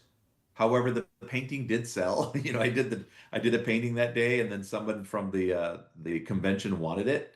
So the painting, I made it work. The colors were that great, right? The colors in the set were wonderful, and I made it work. And someone ended up buying the painting. I was happy with the painting, but I had to work extra hard to get that painting, and I used a lot of paint to try to get it there because it was drying so fast. Will it But crack? Can you build it up a little more than gouache? you can build that up a little bit more actually than you would Hmm. regular, yeah, acrylic gouache. I was told from Jack Richardson that you can't. The representative there told me, no, you can't go that thick with it. And then when I did some research online, I found that you can. So conflicting information that I'm getting from both sides Well, they probably says just want to you cover their can. rear ends, so if it cracks, it's not on I them. think so. Yeah. I think so, yeah. But from most of the multiple sources I've read online said that you can pile it pretty heavy and it's Hmm. pretty safe. So with the acrylic gouache, does it also dry on your brush? Because that's the one thing I do. One thing, well, I love a lot of things about gouache, especially the your finished paintings, for example. But is one of the things I love about gouache is it's a great travel medium because heaven forbid you can't clean your brushes or you don't clean them well enough. You just run them underwater and they're good as new. But with acrylic gouache, does it also like casein dry on your brushes and permanently if you don't clean them well enough in the field? So not as permanent as casein, Really? surprisingly. Yeah. With I have accidentally left a brush out with paint, acrylic gouache paint on my brush, and have brought it back to life with a lot of soap and a lot of hot water, Okay. uh, How a long lot of was it on scrubbing. there? It was on there for, I feel like it was a couple days. Wow. Okay. Um, it That's was good. dry. It was dry enough, right? It, and I think it all depends on the curing. Like for acrylic, I forget how long the curing process takes. I think it's like a couple of weeks, 2 or 3 weeks. So like if you wait that long, it might end up being impossible. But I know that with regular acrylic, if I let my brush dry for an hour, it's not coming off for the Yeah. most part. I might get some, but it's done. But Yeah. with acrylic wash, it's not as permanent. Hmm. So you can't scrub it and scrub it, which is kind of the same for the surface as well. With regular acrylic wash, even though when it dries, it's less likely to crack, you could still scrub at the surface and it will unevenly reactivate, if you know what I mean, right? Like it Mm-hmm. won't reactivate smoothly like regular gouache. It'll crumble and smooth at the same time. So it's not quite as the polymer in there isn't as heavy as regular acrylic paint. Is there anything attractive about the way it re-wets, or is it just a nuisance? Um, it's a nuisance if you end up rewetting it too much. Like I've never had an issue with it, but I've just showed it's something I noticed that when I go to paint, when I clean my tray, Mm. if I'm cleaning my tray of acrylic wash, I have to just run it over. run it under hot water for a while, let it sit for 5 minutes. And sometimes if it's been sitting there too long, I'll have to kind of scrub at it a little bit, and I'll notice that it doesn't come off like acrylic that's dry on a tray where it's one glob of plastic. Right. I noticed that some of it gets reactivated as I'm scrubbing. Half of it is reactivating, half of it is crumbling like acrylic. So it's a little half and half, at least with the Turner gouache and with the Holbein brands there, which are pretty much the best brands you're going to find out there for it. And some of the only brands, they tend to act the same. But Mm. I will say there is an umbrella that I like to talk about when it comes to my water-based flat paints that I've been experimenting with. And I always just kind of return to the ones I love the most, which is kind of feel like it's Turner and Holbein. Winsor Newton doesn't make an acrylic wash, but the Holbeins and the Turners, So you're done as with far gouache, just straight gouache. You don't use it at all anymore? I do, I Oh, do if I'm painting smaller paintings. But now that when I go bigger, it's just acrylic wash automatically. And I should say, by the way, the other benefit of acrylic wash, not just that I can paint thicker and heavier, but I could also glaze it like it's an oil when it's dry. Just oh. I could do washes over it, which is cool. Can't do that with regular gouache. But I for the past 2 years, I've been experimenting with the gamut of all of the flat matte mediums, water-based mediums. So I've experimented with the flashe paint. Flashes are just basically what I think it's a more fancy term for cell vinyl paint, which is the same kind of paint that the animators were using. Basically, flat acrylic is what it is. Hmm. Uh, so it's just vinyl. And when it comes to vinyl, you're also using like the golden soul flats. They're the same as well. So golden soul flats, flashe, I kind of feel like they're both polymer emulsion based paints. Mm-hmm. They're just vinyl paint basically, but they're flat. They have flattening agents added to both of them. They both dry very matte and very what's the word I'm looking for? Gosh, velvet. They got a velvet, Hmm. beautiful velvet finish to them that I love. Um, and so they don't have a shiny finish to them. They can't be reactivated. They're permanent when they dry. And I was all about the flash A paint because they came in such large containers. But they're a little bit too viscous for me. You know, they're too wet. They're not thick enough. They're not heavy enough. Hmm. And I love for my paint to act a little bit more like oil paint, Well, more they feel heavy, sort of like right? a poster paint kind of thing. Exactly. Yeah, they're Okay. perfect for poster paint. So I wish they were just a little bit heavier.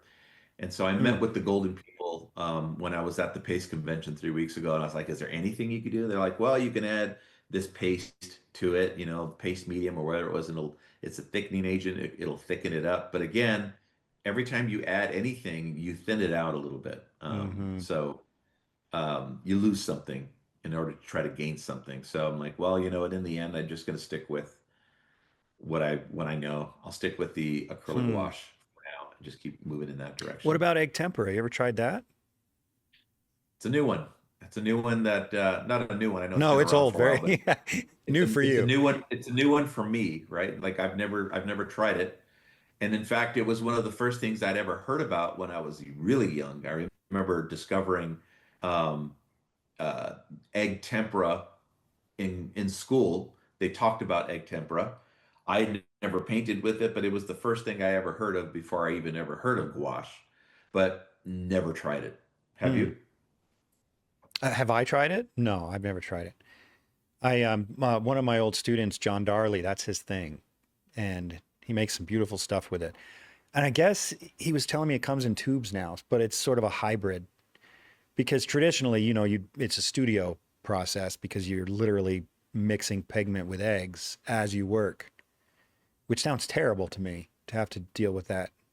But I guess there are some tubed versions of it now. So, and I assume there's some sort of a hybrid, but I'm not really sure. I'm not an expert on it. But Hmm. yeah, it'd be interesting to try though. But I I still I haven't wonder if mastered there's a gouache. really I wonder if there's a big difference between what the biggest difference is between casein, egg tempera, and let's say an acrylic wash. I'd love to Yeah, I kind don't of know. explore the differences between the three of those to see. Yeah, well, I'm pretty sure egg temper doesn't re-wet. Yeah. Just based on what I'm seeing people doing with it, it doesn't seem to blend at all. So, and it's John tells me it's really fast drying. So I don't know how it compares to casein, but yeah, apparently it's also very fast. I don't know, but you know, I do want to. I don't want to. We're already into this, an hour and 20 minutes. This has been great, man. You're a great interview. Seriously, we haven't even looked at your work yet, but I I want to. talk a lot. I do talk a No, lot. you got well. It's all good stuff. It's all good stuff. But I want to know a little bit about how you ended up becoming a painter. I don't want to skip that part. I mean, have you always been into art, even as a child? Yes. I got to give that all to my father. My dad was he was a commercial artist in the aerospace industry, Northrop Grumman. He Mm-hmm. used to work for them as their commercial artist, a fantastic painter and designer. So he did everything from like letter type back in the days before they had CAD systems, and he was doing all the letter form by hand and doing their brochures. He was doing their illustrations of jet prototypes before they became a model. He would do illustrations and paintings of these jets with the fighter pilots out and whatnot. But fantastic painter. And then he was also a traditional painter. So he mostly did, he didn't do landscapes and things. He mostly did figurative and he did a lot of portraits. So in the church that we grew up in, I grew up a Catholic when I was younger. And in that church, my father did all the paintings that the church ever needed, whether it's from the priests and the monsignors to doing Our Lady of Virgen de Guadalupe, and he did these beautiful gigantic paintings. Wow. So he would do commercial work, and then he would do his uh, personal commissioned work, and it was always inspired. And at home he had his artist studio, but he was gone for most of the day. And my older brother and I loved to break into his art studio. Well, we weren't supposed to, and we were getting into all of his markers, all the toxic stuff, right? You're not supposed to get into things that we don't like, things they don't even sell anymore. My dad had tons of this stuff in his office, like these super toxic markers and paints and stuff. But we would get into his office and we would grab his protractors and his certain pencils, his markers and charcoal, and we go to work and steal stuff. And deep down, I think my dad always knew, even though he always getting mad at us and I'm say, sure "Stay he out, stay knew. out." But I'm sure if he really wanted to make sure we didn't get in there, he would have done more about it. And we owed it to him. Did he encourage Excuse you? me. He never encouraged us at all. But what he did, because he was just so busy. Like growing up in my family, there were six brothers, five sisters. We had a Oh, crap. big family. Where'd you grow up? Alhambra in LA, You had a family next to that the big border. in LA? Yeah, yeah. You must And have had so quite my the dad had his reputation in school. we did. We did. And I never understood when people are like, God, you got a big family. We're like, well, isn't that just what a family? As far as I was concerned, that was a family because my aunts, my uncles, and my cousins, we all had big families in our family. We was a Wow. Hispanic family. And back then, a Hispanic family was, they tend to be bigger. Hmm. Now, I only have one kid, and I'm thinking, how in the heck did my parents do it? I'm like, it took me all the energy I have to raise my son, and he's a great kid, right? Love every moment of life with him. Such a good kid, but took a lot of work. Thinking, how did my parents do that with Yeah, that's 12 of us? amazing. But as a father, my dad, yeah, he barely had enough energy, to just go to work and then fight traffic, come home. And when he was home, he was quiet. He encouraged it in mild ways and mild forms, but my dad, he was more of a person who he showed up and he was there for us, and he showed us he loved us through a lot of action, right? But it wasn't the type to sit down and say, I encourage you to do this or that. He always just kind of allowed us to do things. He allowed us to be who we were going to be. My mom was the one who would, let's say, she would be She was like me. She was the more talkative. My dad was a very quiet person, but such a good man, but very quiet. Mm-hmm. Um, Most people would say he would be like he was more of an introvert. Mm-hmm. Um, but now, I can see how inquisitive he is about my later in life, very inquisitive about my success as an artist and what it is I do. Every time I go to my parents, he's really inquisitive, about what I'm working on now and what I'm doing. But back in those days, I don't think he knew we were going to do anything with it. And my brother and I would get into his stuff. We would start painting, but it was surprising how fast we learned because we led by example, meaning we never had it in our brains that achieving what my dad could do or what artists could do was unobtainable, right? Like it was something that you had to work hard for. If my dad was doing it, he's my dad. I saw him doing it all the time. So we're like, well, if he's doing it, it looks like that. Let's make our stuff look just like that. I kind of feel like sometimes we get in the way of our success in learning. Mm-hmm. Because the same thing happened with my kid. I've been teaching classes since 2000. So I've been teaching for 25 years, many different classes. And over the many classes that I've learned that the ones who learn the fastest are the ones who don't have any mental roadblocks in their way. You know what I mean? They don't have a lot of bad habits ingrained. They're a fresh canvas to learn from. And I think it was the same with my son. When he was young, about 5 or 6, he started painting and he took an interest to it. And I kind of did what my dad did. I didn't over encourage him. I didn't do too much. I just made it available to him. And I remember the time we were in Yosemite and he wanted to paint with me. And so he's painting, but he wanted to make sure that I couldn't see what he was painting. How old So was he he now painted. at this point? He's now 19. No, no, no. And When you back were in then he was Yosemite. 7. He was Okay. 7.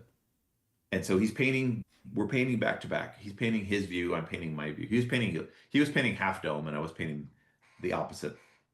Forget what they call that view, but we were back to back. But then he would just kind of ask, Dad, to get the shadow of half dome, what color would I mix? And I would just kind of tell him, how about the highlight? How about the tree? And I would just tell him what colors. That's not enough for a 7-year-old, right? But I'm just saying these things. And then the painting, I wish I could find it right now. I don't have it in front of me.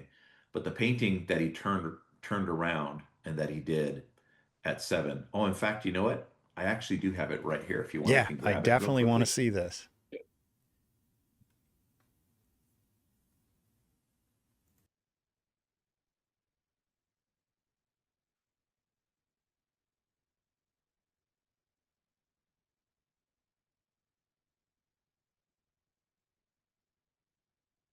So at 7 years old, he did this Turn the other painting. way. There you go. Of, He did that at 7? I know I'm getting some glare on that, Yeah, but at right there seven is years pretty good. old, Right there is pretty good. Dang, let me that's get the glare off, remarkable. right? What's he He doing got now? the Is he an atmosphere. artist? He's not an artist now. He Wow. is not an artist now, He's got the but talent. he was curious about it, right? He was asking me lately. He goes, "Hey, Dad, um, what do you think I should do now that?" Because he was doing art for a while. When he was that young, he was like a savant. And my point was, he was the same that he saw art the way I saw art when I was a kid because my dad was doing it and it was achievable and it was just a fact of life that, oh yeah, somebody close to me is doing it, right? I think it's the same for those child actors. You can say that they become great actors mainly because their parents were famous already and they got them into the business. Mm-hmm. And I think that is definitely true.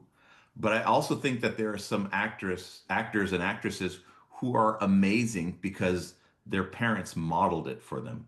And it was Mm-hmm. that close. It wasn't something they saw on the screen and said, that is superstar status too far from me. I don't think I can ever attain that. It's not a realistic goal because it's something too big to aspire to. Whereas, oh yeah, that's my dad.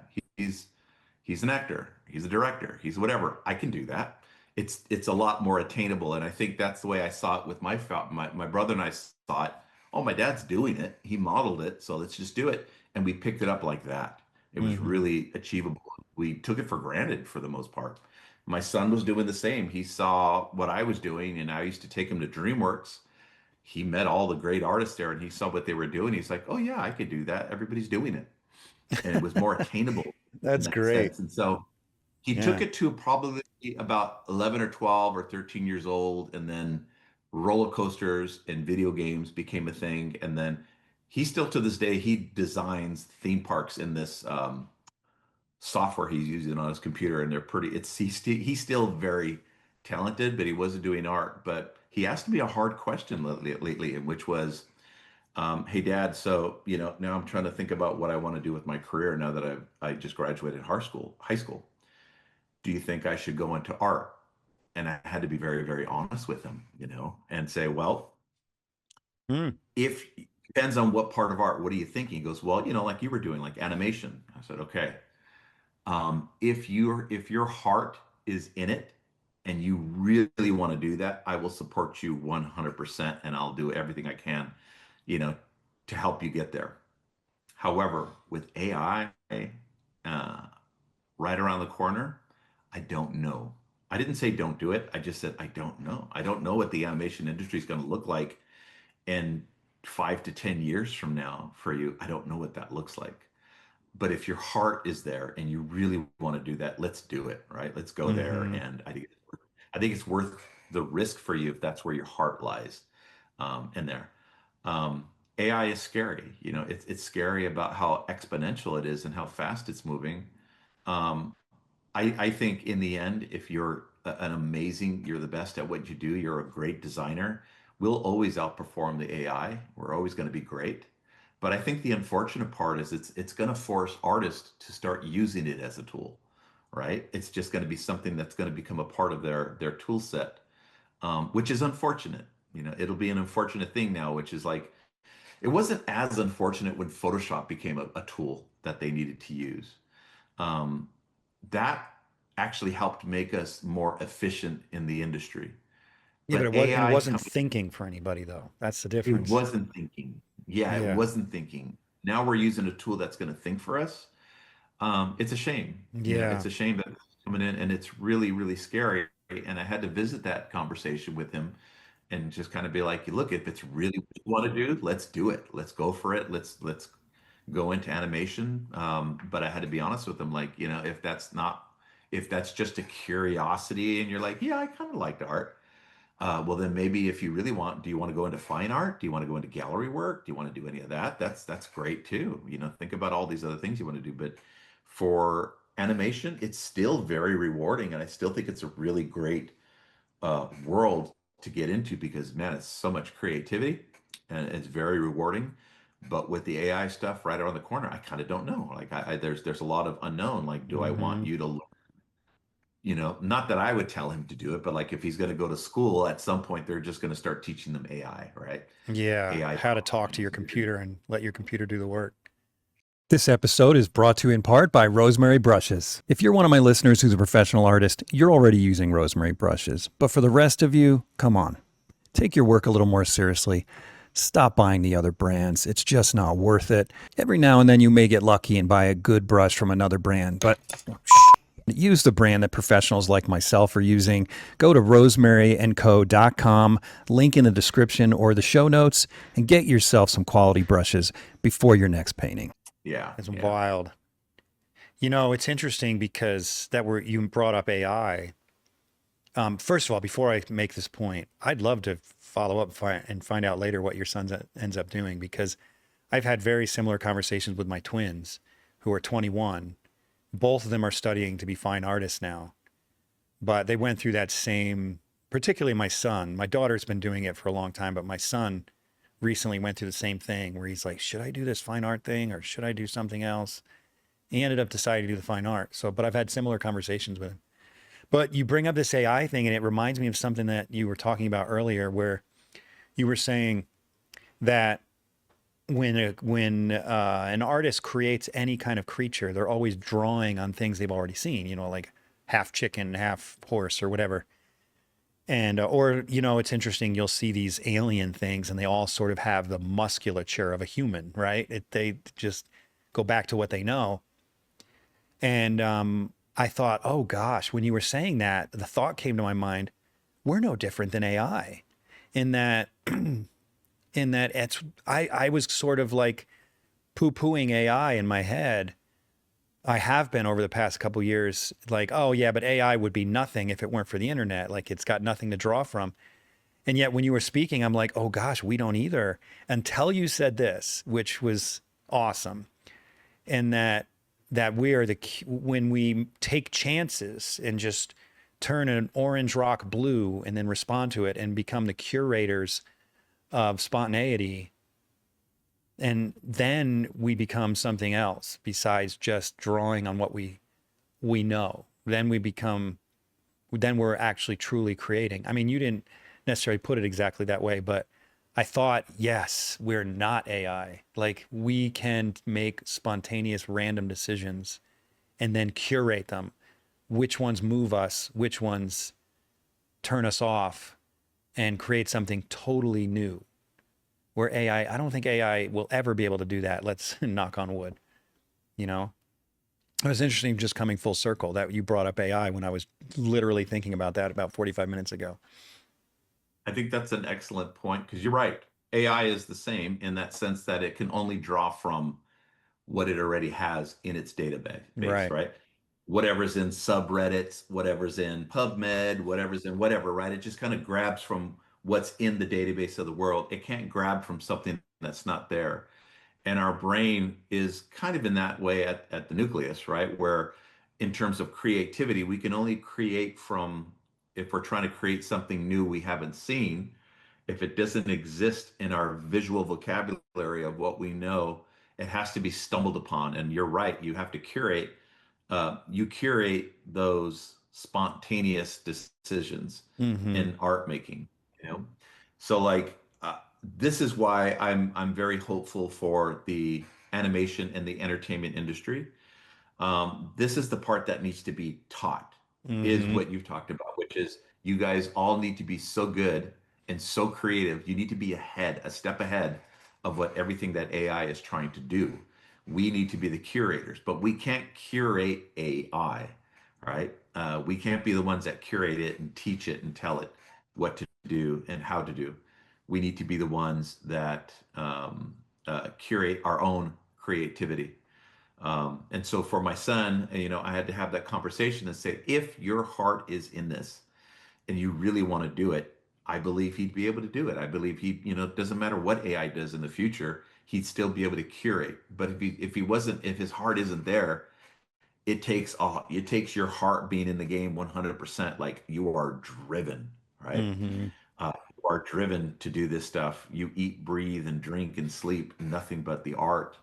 Um, you can't wait till once you wake up in the morning to create something, to be good at something, and learn to be um, comfortable with the uncomfortable part of learning. Right? It's going to Mm-hmm. take a lot of that to be ahead of the AI game. But I also love what AI has done for fine art. It hasn't touched the fine art world, which is great. You know, it's actually made fine art much more of a commodity, you know, in that way, more unique in that Well, sense it's because it mixing is. in though. I mean, I know, you know, more than a few artists that are really relying on AI to come up with their subject matter now. You're right. I did have a conversation with somebody who talked about how they're combining references, but I kind of feel like in the end, fine art, the greatest art I've ever seen is honest art, right? It's the most Mm-hmm. honest. And I think you always know when something just looks honest. So here's where I've noticed it's crept in and it's become scary. There's a lot more online juried shows, and I was talking to a friend of mine uh, about uh, about online juried fine art online juried shows, and Mm-hmm. she was talking about how there were a couple of watercolor pieces in that show that were just questionable, right? They were just questionable. Like, I don't know if this is a real painting or if it's an AI watercolor piece. And they're not submitting their original painting. You know, if we're not able to see the original painting, how do we know? Is there a software? Can we use AI to detect AI, right? Like something that would There actually be able is. to scan, Yeah. scan those paintings and say, there's a 90 something percent chance this is an AI image, right? And so it's starting to bleed its way into fine art in that way as well. I did see, and I don't know if it was real, right? But there was some TikTok that had this robotic hand that was dipping into paint and painting a painting on canvas. So it was starting to mix color, and it wasn't doing an amazing job. But the thing that scares me is like it's a start, right? It's starting Yeah, but again, somewhere. it's not going to be able to curate. That's the thing. I honestly, because it's going to do what it's told, or it's going to replicate exactly what it's seen in some arbitrary way. But it's never going to be able to do what you described, where it just throws down color and then emotionally responds to it. But will it? Do So you here's think it where it gets could? scary. Well, so here's where I wonder. I found out I just heard recently, I don't know if you heard about this on the news, but they were testing AI. They were testing to see whether or not AI was able to protect itself, Oh, I've heard right? about this. Yeah, it's freaking scary. Yeah, so some scientists or some programmers, computer programmers were testing it to see what would happen if they were to give the AI a sense that it was in jeopardy, like it was going to be destroyed or shut down.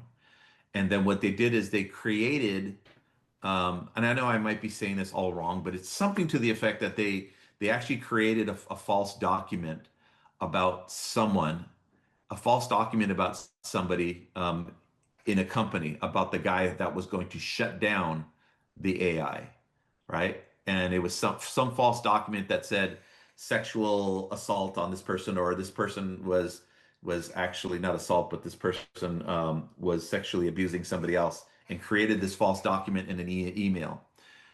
When they told the AI, or if they put in the AI program that this person was going to shut them down, the AI grabbed something about grabbing that document and trying to mail it off or Tried to something like that. blackmail him. Try to blackmail the guy so Yeah, that I way this heard person about that. would be shut down. I'm saying it all wrong, probably, but it's something to the effect of that, like somewhere the AI tried to manipulate and it tried to save itself. So, why did somebody program AI to start doing that? Like, will we start programming AI to accidentally discover things, or will we program it to start pretending to think like a human? Right? Like right now, it can't do what you're saying it can do. Right? It doesn't have that. What do they call it? That type of thought process that they talk about. It doesn't have it executive thinking, I think is what they call it. Yeah. It doesn't have it yet, but it's like, but it will. You know, at some point, it'll be trained But to will it have have executive thought. emotion? Yeah. I mean, if it's protecting itself, is it out of fear or because it's, uh, yeah, it's scary stuff.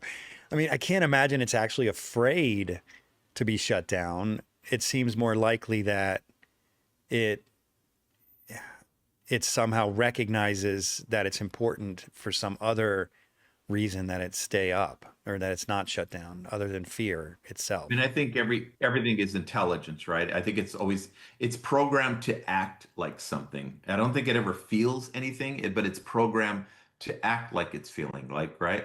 But Right. still, it doesn't make, at some point, that's if that's the only distinction, it's in the end it won't be all that different, Yeah. it's programmed to act a certain way.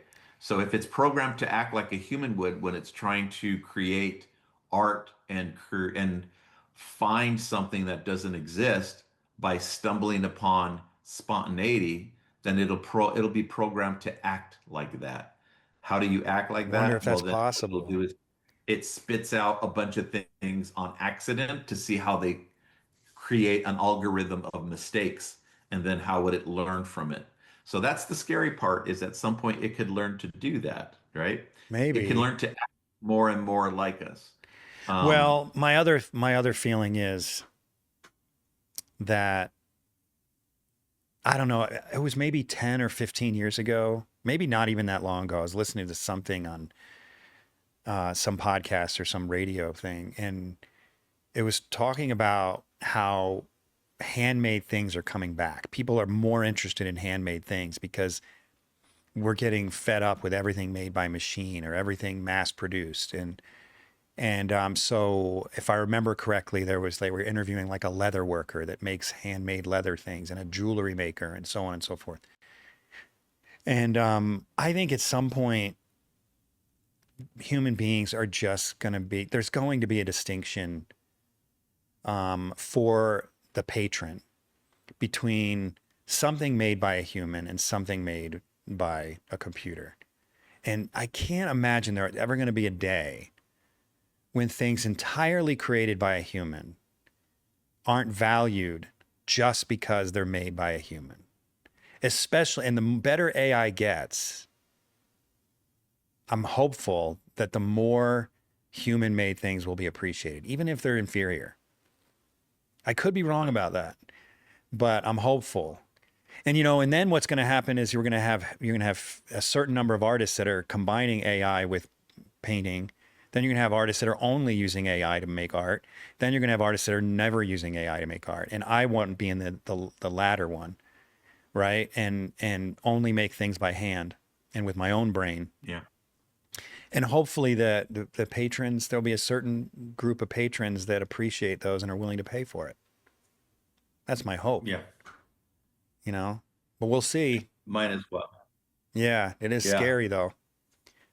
It's right around the corner. You know what I mean? Seriously. It's actually happening right now as we speak. It's like it's the boiling frog theory. It's been boiling for a while and it's at a boiling point. It's already happening. Deep fakes are already there and we don't even know what it is we're looking at. We don't know what's real and what's not anymore. A lot of times I can see it. There's very uncanny in that way and very generic in that way. But what it couldn't do a year ago, it's going to be able to do in 6 months from now. And what it could do in 6 months, it'll be able to do in 3 more months. And it It's keeps getting crazy. exponential. Yeah. And so what I'm hoping for is I'm less about what it's going to be able to do. I'm more about what can we do to regulate it? When does the regulation come in? How do we regulate all this stuff, right? It's just moving too damn fast. And I Seriously. think what gets in the way of regulation is, well, there's the money, right? Money Hmm. dictates everything. If it could do it faster and more efficient than you, we want it. And that's what's going to get us into trouble every Even for time. Is artists. Even yeah, for artists. Like I know an artist that recently did a piece of work for for a major corporation.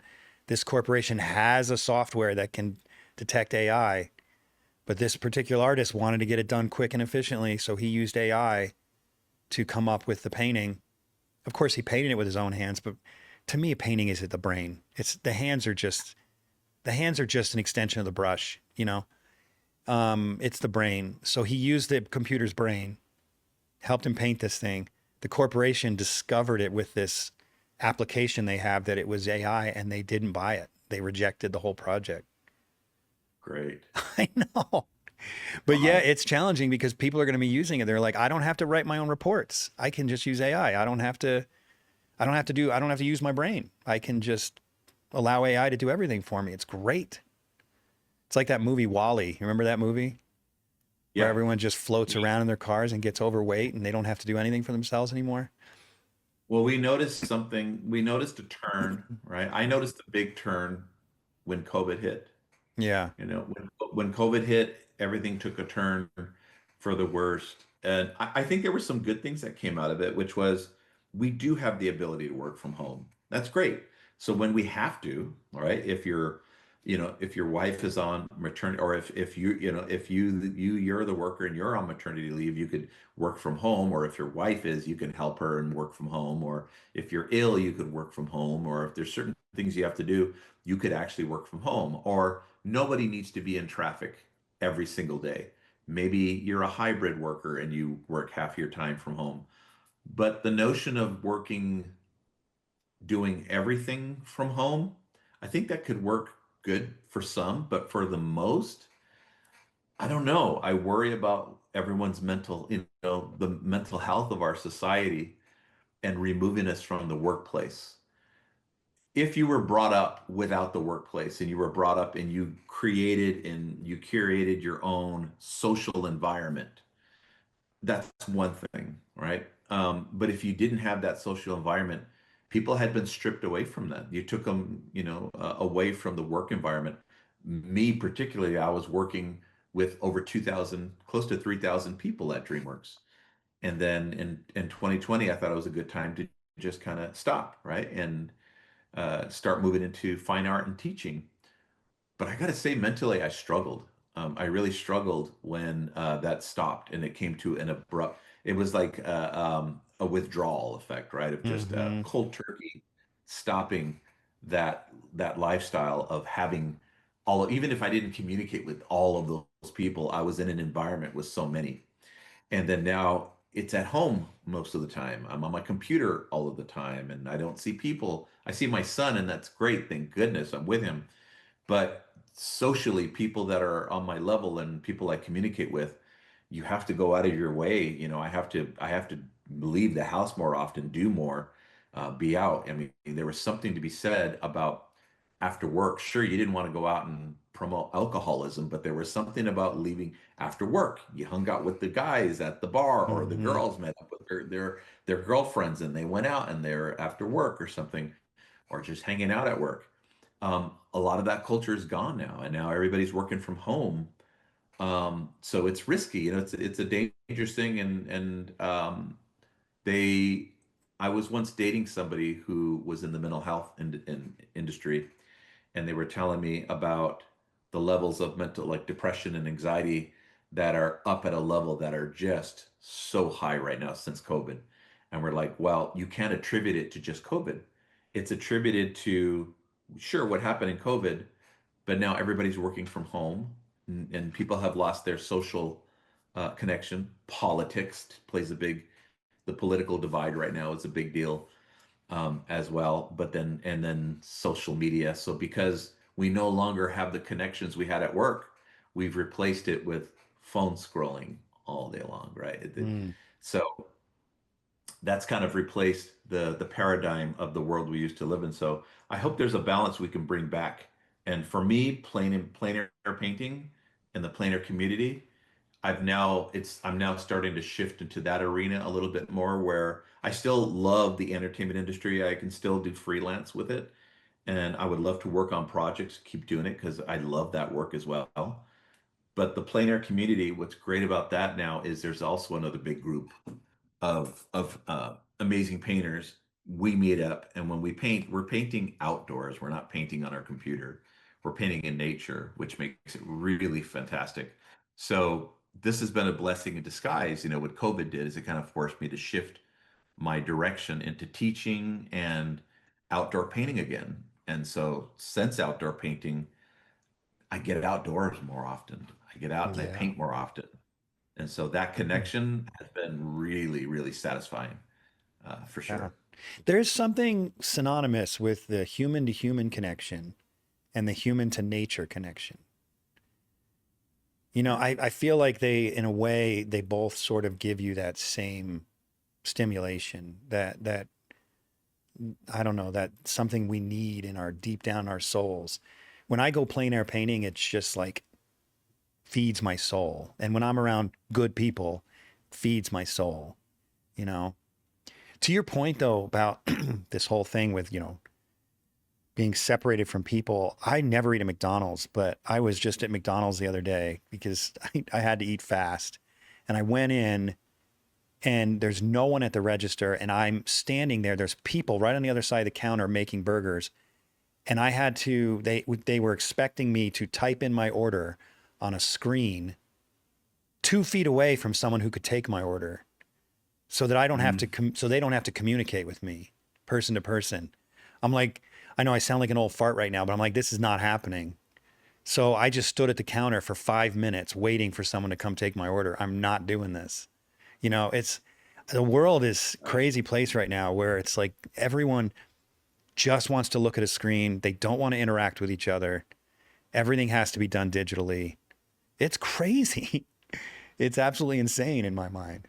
But I totally hear And they myself want to talking and I sound like an old man. and they want to believe everything they see and read on that screen. Okay, yeah, that's a whole nother topic. Amen. Yeah, it's crazy. Anyway, well, hey, you know what? Let's get to your work. I mean, fortunately, we've had a slideshow going here and there, but let's actually look at some of your work and talk about that. Sure. One of these days, though, I want to have a full on, I want to have a few artists on and just talk about AI and have a conversation about AI because I think it's a huge topic. Yeah, that is a big one. Yeah. That is a really good one to talk about for sure. Okay. Because Speaking I of, think it's up to us as the artist to maybe also see what we could do about it, right? yeah, and everyone's gonna have different opinions. I mean, I've had conversations in person with people off camera, and I've had major, not like contentious disagreements, but just I've had seen very different ideas about it than I have with other artists. I Yeah. mean, so many artists really are embracing it, and I'm just like, I don't understand it. So it'd be interesting to have that conversation with people who are embracing it and see what their perspective is, because right now I don't get it. But anyway, back to perspective. I pulled this one up first of these boats because this is nice. Like, yeah, I know that you're mostly copying shapes on a two-dimensional plane, but your eye must be pretty sharp because that's really, really nicely done. Really convincing perspective. Yeah, sometimes in this particular case, I'd love to say the perspective was all me in this one, but I believe I chose the photo reference because of the perspective, right? Oh, okay. Um, and I really loved what, sometimes that's not always the case. A lot of times I have to create my own perspective and enhance the perspective that I see. But this particular one, I was drawn to it because the photo reference, like I said, I wish I could take credit for all of that, but No, the but only even with thing a I could photo take reference, credit you for still had to get the shapes right or it is falls apart. the biggest challenge to me about this one wasn't the perspective because the photo reference gave that to me. Yeah. I think the hardest challenge was that we had a boat in the foreground, that like even the shadow of that green, the boat was saturated green in the photograph, right? And it popped too much. Mm. And then the boat on the other side of it was popping a saturated blue. And then in the background, to the left of the green boat in the background or midground, there was more boats that were saturated reds and all these different colors. And what I wanted to do is I had to figure out a way to say, okay, I'm going to harmonize this painting, and I only want the most saturated part of that green boat to be the highlight. And then I had to figure out a way to hint that there's green in the shadow of the boat, but let it just kind of blend with the shadow of the water. And then the next boat next to it, I was like, I got to knock down all that blue and group it with the water. And there was just so much more, like, for me on this one, I think what I liked about what I did was you don't just paint the colors that are there in the photograph. I had to make so many decisions to group a lot of colors together and Mm. to make it mostly about that green highlight on that boat. And then above that green highlight, you can see there's a little shape of magenta as a shadow. In the photograph of the boat, it was just gray. And so, there are little micro decisions like that. There's a lot of micro decisions in this painting that add up, I Mm. think. That's the hope is my sometimes there's big decisions, but it's the micro ones, like that little magenta, and then to the right of that, underneath the blue boat, is a bunch of red and magenta. These little micro decisions I try to use to help create a balance in the painting of color, as opposed to I painted it that way because the colors in the photos told me to. Okay, I don't want to beat a dead horse here, and we'll get off of this subject. But as you're talking, I can't help but to think, do you really think it's possible that we could ever program this kind of subjective decision making into a computer? Because all these I decisions hope. are seem like purely emotional subjectivity. because I'm not a computer programmer. I'm nowhere near as smart as those guys I are. know, I'm not either. I can only say, God, I hope not. That's it. I really hope I don't not. know how they would do it. Yeah, well, I don't know how they They've program done. anything, frankly. Let me put it to you this way: if you would have asked me 5 to 10 years ago if the computer can do what it does now, I would say no. But it's Yeah, I doing it already, know. right? So that's where I'm like scared. Okay, that's the last time I'll bring that up. Let's talk about more of your art. All right, let's see. This one, God, I freaking love when you do. You probably don't remember because you probably get messages all the time. But I tried to snatch up a few of these types of paintings with this green water and these huge mountainsides. Never was able to get one from you. I love these compositions that you do. Oh, thank you. Is this That one's still available. They still this have it one's still over at available? Yeah, it's a Get out bigger of one. town. So yeah, I'm All right. surprised because I cherish my high alpine Sierra paintings. They're my favorite subject matter. Some of them. I love seascapes too, but I'm mostly drawn to high alpine scenes with lakes. There's just something neat about Something. the masculine and feminine, quality of the two of them. Grayish rocks with saturated water. Um, I'm there's batting two something for two, rigid about man. the rocks. I'm batting two for two. I've picked two of your favorite subjects. How about that? There you go. Yeah, I mean, I love them. Yeah. Oh But man. yeah, I'm Okay. surprised After it's still after around. we after we finish up here, I want to ask you what you're charging for that. Sure. Yeah. I probably can't afford it, but hopefully. All right. Let's see. Anything you want to say about this one though before I click off of it? Anything? I'm curious if there are any sort of Yeah, unique it's decisions that you made here, like you what did I in the like boats. about you. What I like about you bringing this up to me is this was an older piece. This was done probably about 3 years ago. Not Okay. that old, but Yeah. I in my mind, I like to think, yeah, I've learned a lot since then. And then I'll look at something like this and go, oh, well, there's a lot of things I was doing there that were already, in some ways better than what I'm doing now. In some ways, I'll look at that and say, I should learn from my past work. Hmm. I think I've done that there's too. something, there's something to be learned from your older work and say, oh, I was doing something right back then, that I didn't really have to change up as much. If I had it to do over again, I'd probably, there's nitpick things like the horizon of the water in the middle, but you know, um, I just like the way I treated the water's reflection, the color, all those different things. And these days I'm more about how do I get looser and more textural and more abstract. And then I'll look at this and go, well, I was doing something right in this one. Yeah, you were. Um, as opposed to other ones, I'll look at it and say, yeah, I've definitely improved since then. But I look at this and I go, yeah, I'd love to revisit more paintings like this again. You know what I love about this? How much you exaggerate it, and it really works well though. The coolness of the sky coming down on top of these rocks. It's There's a lot of that stuff comes from, yes, from painting from life, but it also comes from looking at other artists' work. mm-hmm. Edgar Payne, one of my favorites.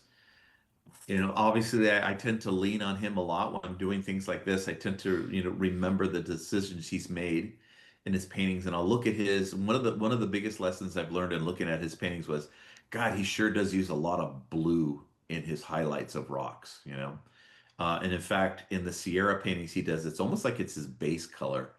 And it goes against everything you think you're taught when you think about sunlight. You think everything's warm, but there is a lot of blue in the warm sunlight on rocks. A lot of some of it is just the kicks of the sky, depending on the angle and stuff. But the minute I started putting more blue in my sunlight, it just started grounding things so much more nicely. Instead of just doing too much warm gray in the highlight, Mm. um, blues just created a different dimension of color for me. Do you have a particular blue or combination of blues that you like to put into the highlights? No, I mean, no, not necessarily. Not anything I could think offhand. But when I think of blue, actually, maybe I tend to like blue in combination with like cad red. Oh, Tends to so be you kind of like tint it a little bit violet. oh yeah, like I'll never put straight blue if I can help it. In fact, Even I in a try blue not to put sky? any straight. I cannot stand straight blue skies in Really? any given painting. No.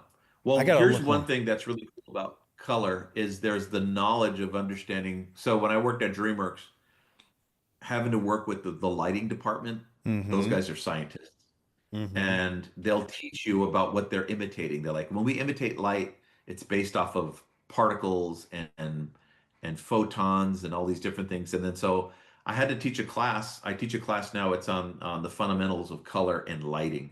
And so I had to know exactly what it was I was teaching. So I learned everything I can about what makes color on objects and how it bounces and how it absorbs light and what is light and what are the things we're seeing. And so one of the fascinating things about why we see blue in our sky, people say, well, isn't that just the color of oxygen? And it's like, no, there is no color. It's just a matter of those particles scattering light. And what wavelength excites the most in our atmosphere is blue. It's the shortest, like a spring, it's a short spring. Light gets trapped in there and it excites blue and violet the most. So when we look up into the sky, one thing I noticed about blue likes to show up mostly in the darks of a landscape. And then when people say, okay, well then why is it when I look straight up, it's bluest where it's brightest? Well, it's bluest where it's darkest because when you look at if you look straight up, that's black outer space. That's where the blue is collecting the most. But if you look towards the horizon, the weaker wavelengths like yellows and oranges and reds, red being the weakest wavelength, they take more and more distance to add up. So when you look towards the horizon, you're seeing thousands of miles of particles that are being added up, right? So now I think of skies differently. I think of skies as okay, they're mostly blue particles, but depending on how high up I look, if I look straight up, I'm seeing less of the yellows and reds particles. That's more saturated blue. But as my eye starts to come down, I'm going to start gaining more of the other particles. You're going to start to see more green, more more yellows mixed with the blues, more oranges, more reds, and then you can kind of start, and more color you get, the more whiter you get, right? So the horizon tends to go lighter and more gray and more violet. So Hmm. I don't particularly like very saturated blue skies. Sometimes I'll put more greens against blue, against gray violet, against a little bit of orange. It predominantly feels cool, but it's not straight blue. Okay. That was a great lesson. I appreciate that. Makes me want to go out and do some plein air painting. Let me see. All right. Let's see. You don't have a lot here. I'm going to go actually to your Instagram. You seem to have more work on your Instagram. Is that okay with you? Yeah, there's a lot more current stuff there. I've been a little bit. I've neglected my regular website, to be honest with you. I get so busy these days, I That's how I am hardly get enough too. time I think almost everyone I interview prefers Instagram. We're all getting lazy with our websites. So, for man, sure. the you're getting looser and looser. I wonder if I can let me reduce this down a little bit. Oh, yeah, I'm at 300%. There we go. Oh my gosh, look at that. So that one, if I could talk about it really quickly, was interesting. I did something that James Gurney did, which was paint with gamut mask. Now, I've done gamut mask paintings and I teach them digitally, Mm-hmm. but that was the very first gamut mask painting I ever did What with is that? gouache. What is a gamut mask? So a gamut mask is basically when you take the color wheel and the outside colors on the color wheel are more saturated. And then as you come into the color wheel, you get grayer and grayer as they mix together, right? Right. And so if you take a color wheel that includes all the grays as it goes closer to the inside, what you do is you create a shape, a mask, right? So you could take what's called an iris, which will mostly just give you, if it's an iris, a thin iris shape will only give you complements if you mask. And if you do that shape, you're only mixing So colors this that is are a within. shape over the color wheel, you mean? So you're Yep. masking Shape the over the color color wheel. wheel. Okay. And they're different shapes. Some of them are triangles, triads. Some of them are tetraiatics.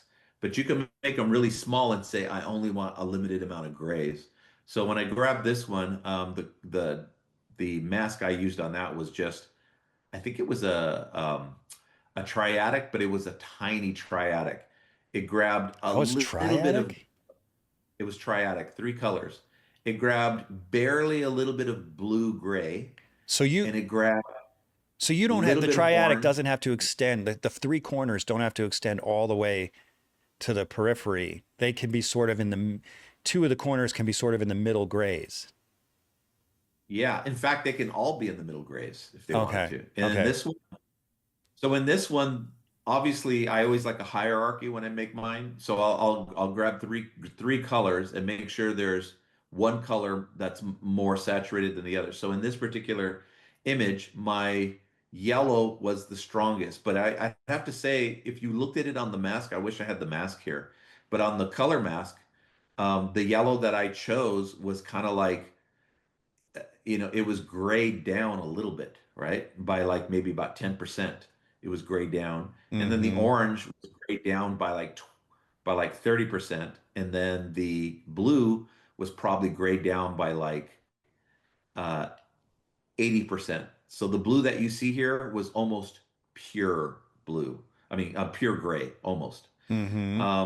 And so I mixed those colors down using black, right? I just saw the mask, and I did a scale of those three colors from white, using white and black. I mixed scales of the lightest part of that blue gray to the darkest part of that So blue why gray. black Same instead of with the the orange, same with the complements? yellow. Is it because you can't use the complements because they fall outside of the triad? Well, I could do it, but I didn't want to teach it that way to my students because I feel like a lot of them were just beginning. And then I think if they had too many colors out on their palette, they'd get confused as to how to mix those grays. Okay. But you're right. That would be the right way to do it is mix those grays using your complements. But you can do it using just black and white. So I'll give you an example. If you took a pure blue and then you wanted to find the gray that existed in that gamut that you chose, you would use a little bit of white and black to kind of find the value and the right intensity of that color, depending Mm-hmm. on how much black you used, right? The black would just gray it down a little bit. So then what you would do is you wanted to get, let's say you wanted to get the next value down. You would then add more black to that color, but the black would just kill the chroma of that blue even more. So then you have to reinforce it with a little bit of blue again to maintain the right amount of chroma in that grayish blue. Mm-hmm. And as you kept going darker and adding more black, you have to reinforce the right amount of blue to make sure that from the brightest part of that blue gray to the darkest part of that blue gray, the evenness of that blue gray felt the same all the way from the light to the dark. Mm. Same with the orange, same with the yellow. It was grayed from the lightest to the darkest evenly with white and black, right? But you And then didn't you put just have to black in the process. yellow, did you? Yeah, Why didn't yeah. it turn Because green? the yellow had to, well, you have to reinforce it with the right amount of yellow, right? So just a And very little the bit of black yellow, then. very little bit of black. So the yellow that I chose was a pretty saturated yellow, right? Mm-hmm. Um, and I didn't have to go too dark with that yellow. But what you'll notice is, let's say the left side of the sail. See how the sail is looking kind of green, Yeah, that's right? obviously got black in it. Yeah. That's the yellow that went really dark, right? Mm-hmm. And so once you get just those three scales, you just mix with those colors together. And surprisingly, I didn't think it was going to work. This was the first one I was going to do as a demo in that workshop, and this You didn't ended think it was up going to work, becoming and yet you did it as a demo? What are you because smoking? I've done them as digital demos, and I Okay. had more faith because I don't really use black as much, right? But then I was like, I'm going to try it, and I'm gonna take a risk. I'm gonna do this as a gouache painting. I'm gonna use black, and I'm gonna just trust the process. And the reason I was able to use black is, I guess, because when you do it in Photoshop and you grab that color of gray and you bring it down darker, Photoshop's just using black is all it's doing, right? To make it darker. It's kind Hmm. of the same. You're not necessarily going into Photoshop and using complements to mix it darker. You're just taking it in the little preview window and dragging it darker. That's If you true. go Huh. if you go too dark to the right, you added too much black. If you go you added too much saturation. If you go down and to the left, you went too desaturated. So if you bring it straight down, you're going to maintain the hue. And so I just trusted the process all the way through on this painting. And I was surprised. Like I surprised was like, huh, what do you know? I knew it was going to work, but I didn't know it was going to work this good. And It I was really like, worked wow. well. It's quite And amazing. when I did about four of these paintings, and I had a recent workshop over in Scottsdale, Arizona, and I always bring a stack of paintings to sell. And the other paintings that I have a lot more juicy color in them, right? The four of these that I did that were limited palette paintings, they sold just like that. People People love wanted that them. stuff. There's something there. You know, I use the analogy, if you were going to prom and you buy, well, not you, because I doubt you wore a dress to prom, but if a woman was going to go to prom and she got this beautifully bright, gorgeous dress, thinking she's going to stand out from all the other girls, and then she shows up and everyone's got this same bright colored dress, then no one's got a bright dress on. It's just like ugh. The whole room, everyone in the room is just, it's just too much color, right? But when you have a room full of people in, you know, normal, low chroma clothing, and then you come in, it's like you're glowing in the dark with your bright dress. And that's what, and then Yeah. you stand out and you're beautiful. That's what it is with these paintings. It's like that yellow just looks brighter than it could ever look if the rest of the painting was also chromatic. And I think that's Yeah. what's so So attractive about it. the photo reference I used for this was exactly what you're talking about. Everything was stealing the show. The sky was saturated blue, the water was saturated blue, the orange overglow in the boat where the sunlight was overcasting was super reddish orange. There were just way too many colors. So by assigning a hierarchy to the piece, yeah, I think the voice is now like an orchestra, right? Instead of every instrument competing for your ears, right? Your vocals, or not your vocals, but your for your attention, like a conductor, that's what you are. You know, in this Mm-hmm. particular piece, you're a conductor. You're trying to conduct and say, okay, I know everybody wants to be important in the scene. Everybody wants to say something, but you decide who's the loudest, who's the second loudest, and who's the third, and then who doesn't get to speak at all, right? Or sing at all, or Mm-hmm. have a voice I'm going painting. to borrow So that. That's a better analogy than my prom it analogy. taught me a lot about how overstated color tends to be in our paintings. Like we Mm-hmm. overstate it. And I think there's a place for having overstated color, right? But I think most of the time I've been overstating my colors. It's like there is something to be said about the nuances of those muted colors. And maybe I was misunderstanding when I looked at the master's paintings. I might have been misunderstanding their colors as very strong, but it felt very strong because of the hierarchy and the relationships. For Yeah. example, this painting feels strong, but I gotta tell you, it was almost pure gray, but it looks blue here. It's really weird. Yeah, because It's the contrast. it's sitting next to oranges and yellows, so it's obviously going to feel really cold. I just have to take a minute to thank each one of my generous patrons for your part in keeping this podcast going. I could not continue to do it without you, so thank you so much. If you're not a patron yet, but you love the show and you listen regularly, please consider becoming a patron. It's really easy to do and it doesn't have to break the bank. Just head over to theundrapedartist.com and click on the link Be My Patron on Podbean. And then choose a monthly donation amount that fits your budget. It's that simple. That's Yeah. wild. Yeah, I learned that lesson late too. Only in the past 5, 10 years has it occurred to me how much of my past work had too much color. And I was trapped in this idea that I'm a colorist. Therefore, I should have a lot of color. But I now believe that a great colorist has control of color and knows how to use it, when to use it, and when not to use it. Instead of just showing off that they can squirt pure color right out of the tube onto the canvas. Yeah. And when you crank it up, you could definitely crank. I'm not saying color so overstated that we have to like keep it this muted all the time. I obviously you can crank this stuff up really high, but you still want to maintain a hierarchy, right? Yeah. Like Nathan Folks, you look at his work again. I like to use him as an example. He's our modern day master with color, where he cranks up the saturation in his pieces so much, but he still has a hierarchy in those levels of his colors, no matter what. So, but for me, it just this particular thing was it was so cool to just trust the process, even using black, because I was taught do not ever use black. And I'm one of those people who I'm one of those artists that don't like it when I'm told not to do something, right? Like I don't like the word never in art. Like when they say don't do this or never do that. I'll hear students say, yeah, but this teacher said never do that. That just points to the principles, right? I think there's principles that are good to follow by. Principles should mean, for the most part, you want to try to avoid this while you're learning how to do something. But at some point, art is about now standing out and taking a risk to make a statement. And in order to make the statement, you kind of go beyond the norm in those areas. And I'm still trying to figure out how to do that. Yeah, I think as a teacher, it's so important to tell students why, or as a parent for crying out loud, you know?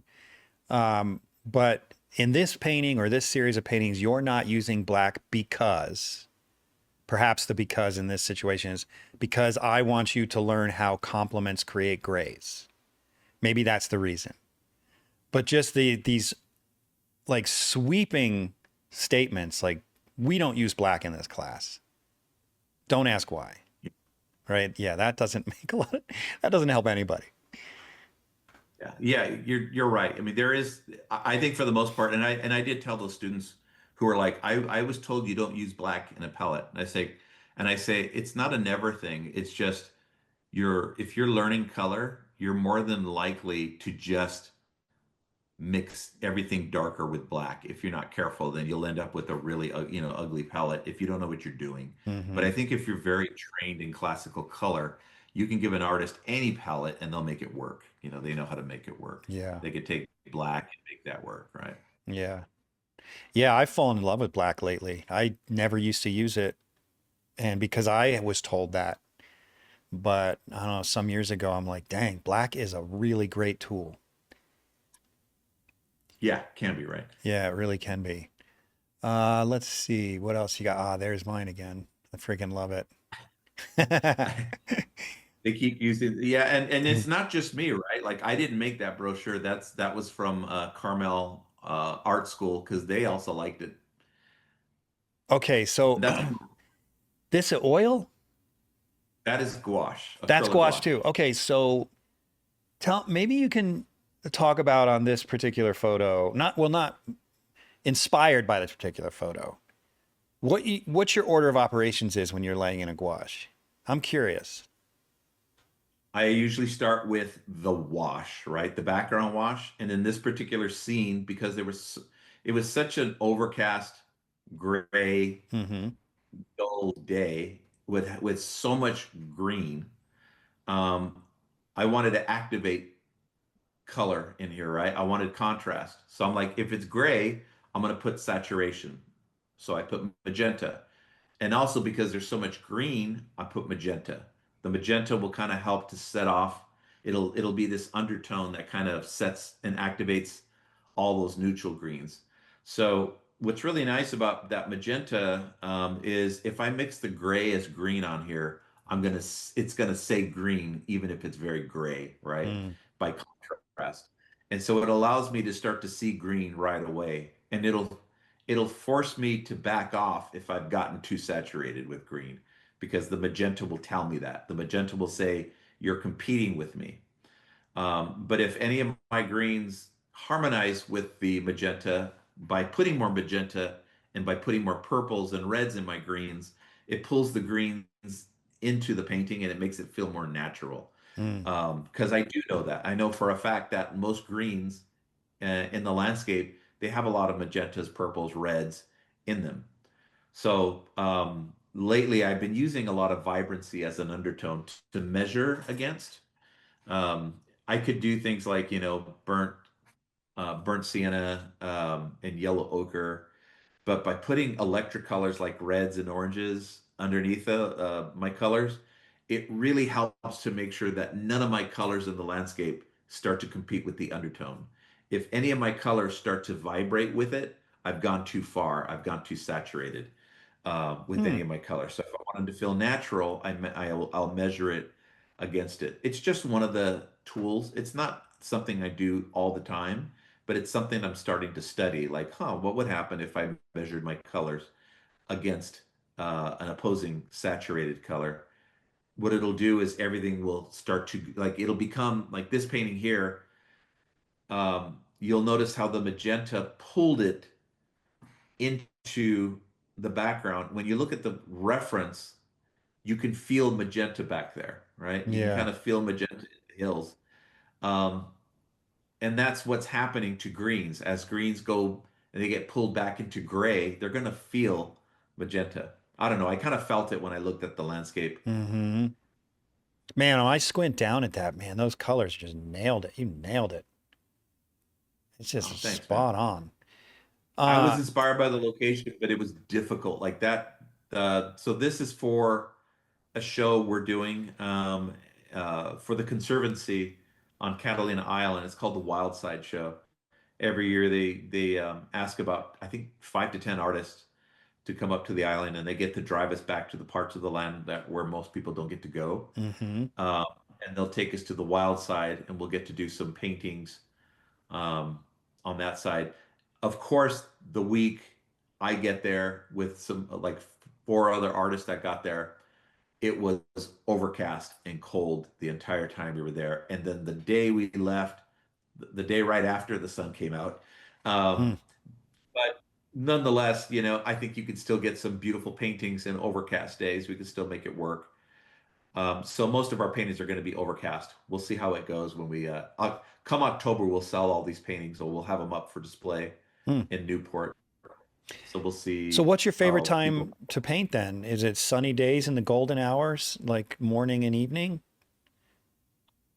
all. I love overcast. I love sunny. I love morning, evening, afternoon. I love being able to capture it, right? Oh, so you If don't I'm care if it's high sun, middle of the day, middle of the afternoon. No, I think everything has something to offer, right? Oh, I I've love heard hearing people say, that. oh, Okay.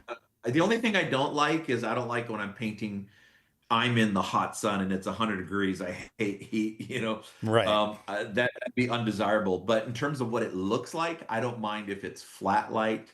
I don't mind if it's, like anything like that, right?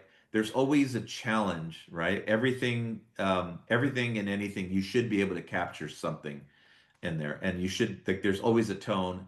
And what's great about it is if you only want to paint when it's like, let's say, towards sunset, well then you're only painting one look, and that's like something that's going to repeat as a common thread. I don't think Yeah, there's that's a good anything wrong point. with it. I don't think there's anything inherently wrong with it if you're okay with that, if you're aware that that's what you're doing in your work. But if you're aiming for more versatility and more emotion, and you want to convey morning, afternoon, early afternoon, late afternoon, sunset, all of those different things. You want to be able to capture a range. But then there's even more, right?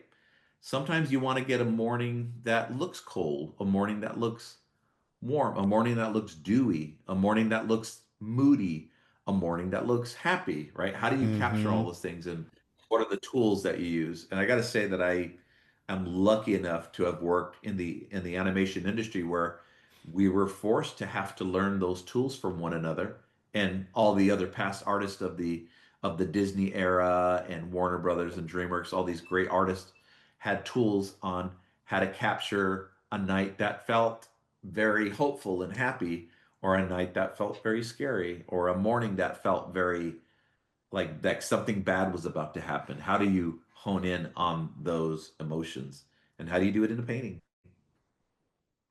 I had Micah Christensen on the podcast. He's a regular guest. He's an art historian. I'm not sure if you're familiar with him, but we were talking about a Monet series of paintings where Monet did I think it was like a clock tower or something over and over again. And I actually just saw this in the d'Orsay. I was just in Paris, and so I got to see it in person. But he did He did this same building at all different times of day, and it was literally the exact same composition, but one was sort of blue, another one was sort of pink, some were sort of higher contrast, lower contrast, and it was a really interesting series of paintings in that you could just get in the head of Monet and just I don't know, it just you can get in his head and kind of understand what he was trying to do just by looking at that series together. I'm curious if you've ever done anything like that, gone back to the same place over and over again and tried to see it differently this time or every time. Yeah, I've done it quite a few times, and maybe not necessarily by choice, but just because that's all I had, right? And Right. I have a tendency, for example, of always painting this view over in Santa Clarita here. There's a place I go hiking all the time, and the parking and the tree that has a shade that I could stand under is just so perfect. And the You view really don't like that I the get. sun. Well, nobody likes to paint with the direct sun on their No, it's the canvas, right? So you worst. always want some kind of shade. Yeah. Shade. Plus, I don't like to paint in, like, if it's a summer, right? You don't want to get burnt. Yeah. But I tend to want to go under this tree and like it's a perfect setup.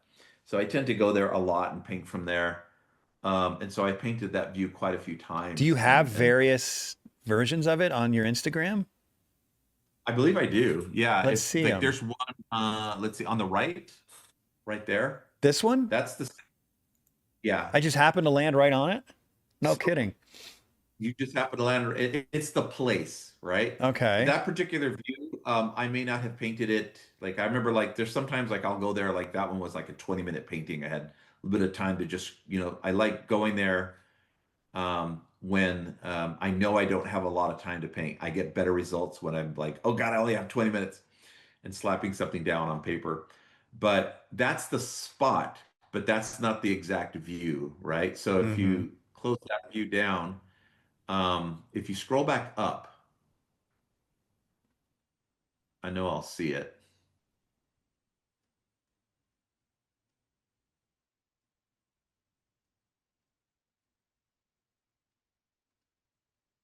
Let's see. Or I think what it was is you had it up on your desktop. Maybe it was from my website. I don't know. We can go back to Um, your website. I'm really curious about that. yeah, if you go on the website, oh yeah, I might be here. Okay, these are the only Let's paintings I see on the website, under originals at least. Would it be under the holiday blowout? no. No. Well, might be, maybe. No, I don't see it here. Okay. Yeah, you had it up, and I don't know how you had it. I don't know if it was images you had saved. Oh, If you go, probably in the slideshow. Yeah, I yeah, yeah. think you had it in the Yeah, let me slideshow. pull this up. Hold on. We'll open up the slideshow real quick. So it's a view I called Blue Jay Alley. That one right there. Um, that one is called Blue Jay Alley because there's always Oh yeah, these that's blue way jays. different than the other one. It's very, very pastel-y in color. So I've painted this view a lot. You'd have to scroll. I mean, you'd have to find it in my Instagram, but in my Instagram, you'll see like three different versions of this somewhere. But Hmm. I painted it a lot because I like the composition. I like the way it kind of looks, and I like to kind of play with the shapes when I go to paint it. And different times of day different times of the year it offers different things. So like this is winter time, so I get these beautiful green hierarchies, green and yellow saturations against the grays. And then other times of the year everything's brown, but then it'll always have that white rock that I always have love to paint. Like the pathway is white, and that rock shape that points down is always white against all this saturation. So I always love to go back and paint that scene Hmm. different times of day, different times of the year. And mainly because it's not because I want to challenge the different to see how different it could be. It's just I notice I go there a lot. And Right, I've right. never really placed them side by side to see what they look like. Yeah, your quick studies are really great. Is this gouache? Acrylic gouache. That's acrylic gouache. I just painted with another artist named Kevin Scarborough. He's Hmm. also a pretty fantastic painter. Is he So really? he and I met up. Let's just I'm gonna just follow Yeah, him. see, I'm that's always his right looking for there. new guests. He's great, and he's also just a really good guy. He's a really nice person, but such a fantastic painter, and he does great digital work and great gouache work as Hmm. well. So he and I painted that day over there at Stony Point in Chatsworth. Super hot, really, really hot day, but Hmm. fun to paint. Yeah, it's gorgeous. Well, man, this has seriously been an awesome conversation. We're up to 2 hours and 30 minutes, man. This is great. A lot of good I content. didn't even know. I'm having a good time. Yeah, me too. But I got one final question for you before we wrap up. If you had, you've already given so much great advice, but if you could come up with one more piece of advice that you had as you were becoming an artist or wish you had, what would it be for an aspiring artist? What would it be? Oh gosh. One one bit of advice that I wish I had. Or that you had that was really helpful to you? Either way. Yeah, I think it was just to kind of to paint outside your comfort zone was a big deal, you know. And when you do that, when you're painting outside of your comfort zone, if you notice that your work is starting to suffer because of it, then you're in the right place, right? Um, the more you tend to struggle in that zone of learning, um, the more you tend to engage that part of the brain that tends to be underutilized these days. So you got to Hmm. remember what the masters back in those days when they didn't have cameras or computers, they didn't paint. They painted in their studio, but it's only after they've done some painting in the field then they brought their pieces back to the studio and maybe they had some small color sketches and drawings, and then that's all they had to lean on. Imagine the amount of creative muscle they had to lean on up here, right? They had to really utilize that and create their neural pathway for learning. All those pathways in the brain were so much more robust, right? Um, with anything we do, it's kind of like what you just said about AI. Like, now people are no longer writing their own papers and they're now leaning on AI to do it for them. That part of their brain is going to shrink. Hmm. But I'm pretty sure that if they had image scanning of the artists that did work uh, pre-computer, pre-photographs, pre any of that, those parts of the brain probably light up more, right? There's more activity in those parts of the brain, meaning there's more neural pathways Hmm. being set over there. So that means that you need these days it's even you think it's easier now, right? We're like, well, no, we have Photoshop now, we have photographs, we have computers, we can learn more. In some ways it's made it harder for us to be more creative, because in order for us to do what you and I were just talking about, which was to create and set up the right scenario for learning, right, and being able to in being able to learn from curate what it is we're learning from spontaneity, you have to lean on that creative muscle. So you have to go out and you have to paint from life a lot more than you paint from photographs. You have to study from life and you have to take more risks in art in terms of trying to be more creative.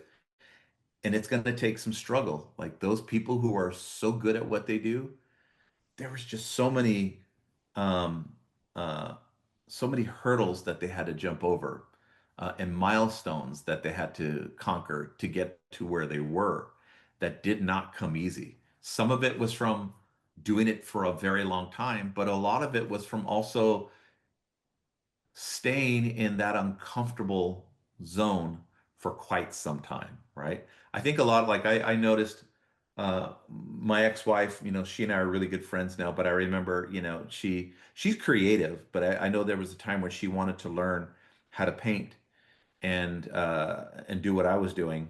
And I was like, great, I'll teach you. Okay, I'm going to teach you. And the minute she wasn't able to get it in 2 days, she was like, I'm done. I'm done. You know, she'd throw her brushes and it's like, I can't do it. I can't do it because she wanted to be where I was like in 3 or 4 or 5 days if she didn't see progress. It's like, you have to be okay with where you are and be okay with the learning process for years, right? For Mm-hmm. years and years. And you've got to be okay with the little incremental learning that you're going to get in those steps. And knowing that every time you challenge yourself to be better and you step outside your comfort zone, that learning that you see going up like this, like the stock market, it's going to drop. It's going to drop because you're starting to paint outside your comfort zone. You're starting to train yourself to doing something again that creative part of your brain isn't used to doing. So what you're going to notice is a dip, and you don't want to judge your dip just like you don't want to judge the stock market in a week, nor do you want to judge it in a month. You want to look at it from a distance and say, even though it went up and down and it had a lot of dips, over the span of a year, did it mostly look, even though there was a lot of ups and downs, did I eventually go from here to there and end up at a much higher place, right? That's Mm-hmm. what learning looks like. Learning looks like not how well did I do from month to month? How well did I do over the course of an entire year? I tell my son this, and he knows it now with bodybuilding. Not that I'm a bodybuilder, but it's the same, right? Like he used to judge himself and say, Dad, I lost my bench press. Like 2 months ago, I was able to bench this, and now 2 months later, I lost, like I can't bench that weight anymore. I was like, ask yourself that question in a year from now, and see where you are. And then a year later, he's like, oh yeah, I'm like about 20 pounds more than where I was back then. You Yeah. have to judge it with a longer span. So if you're challenging yourself, yeah. But if you're not challenging yourself and you're not painting outside your comfort zone, and you notice your work quality is going down, there's something else going on. I don't know what that is. But if you're trying to get better and you're painting outside your comfort zone, don't be uh, try not to be discouraged by noticing that your work quality will dip. That's a good Mm-hmm. sign. Mm-hmm. That means you are challenging yourself to doing something harder than it's used to doing. You know what? Everything you're saying is so good. It brought up a couple thoughts. One thought was something I heard when I was a younger parent, my kids were little, that I thought was really good advice. And I don't remember where it came from, but the advice was don't ever praise your kids for their natural talent. So, in other words, you get a kid who just is a crazy natural athlete. Don't go, I mean, a little praise may be fine. I don't know, but don't go over the top like, oh, look how good you are naturally at this. Da, da, da. Focus on praising them for how hard they work. And I've found that to be really great advice.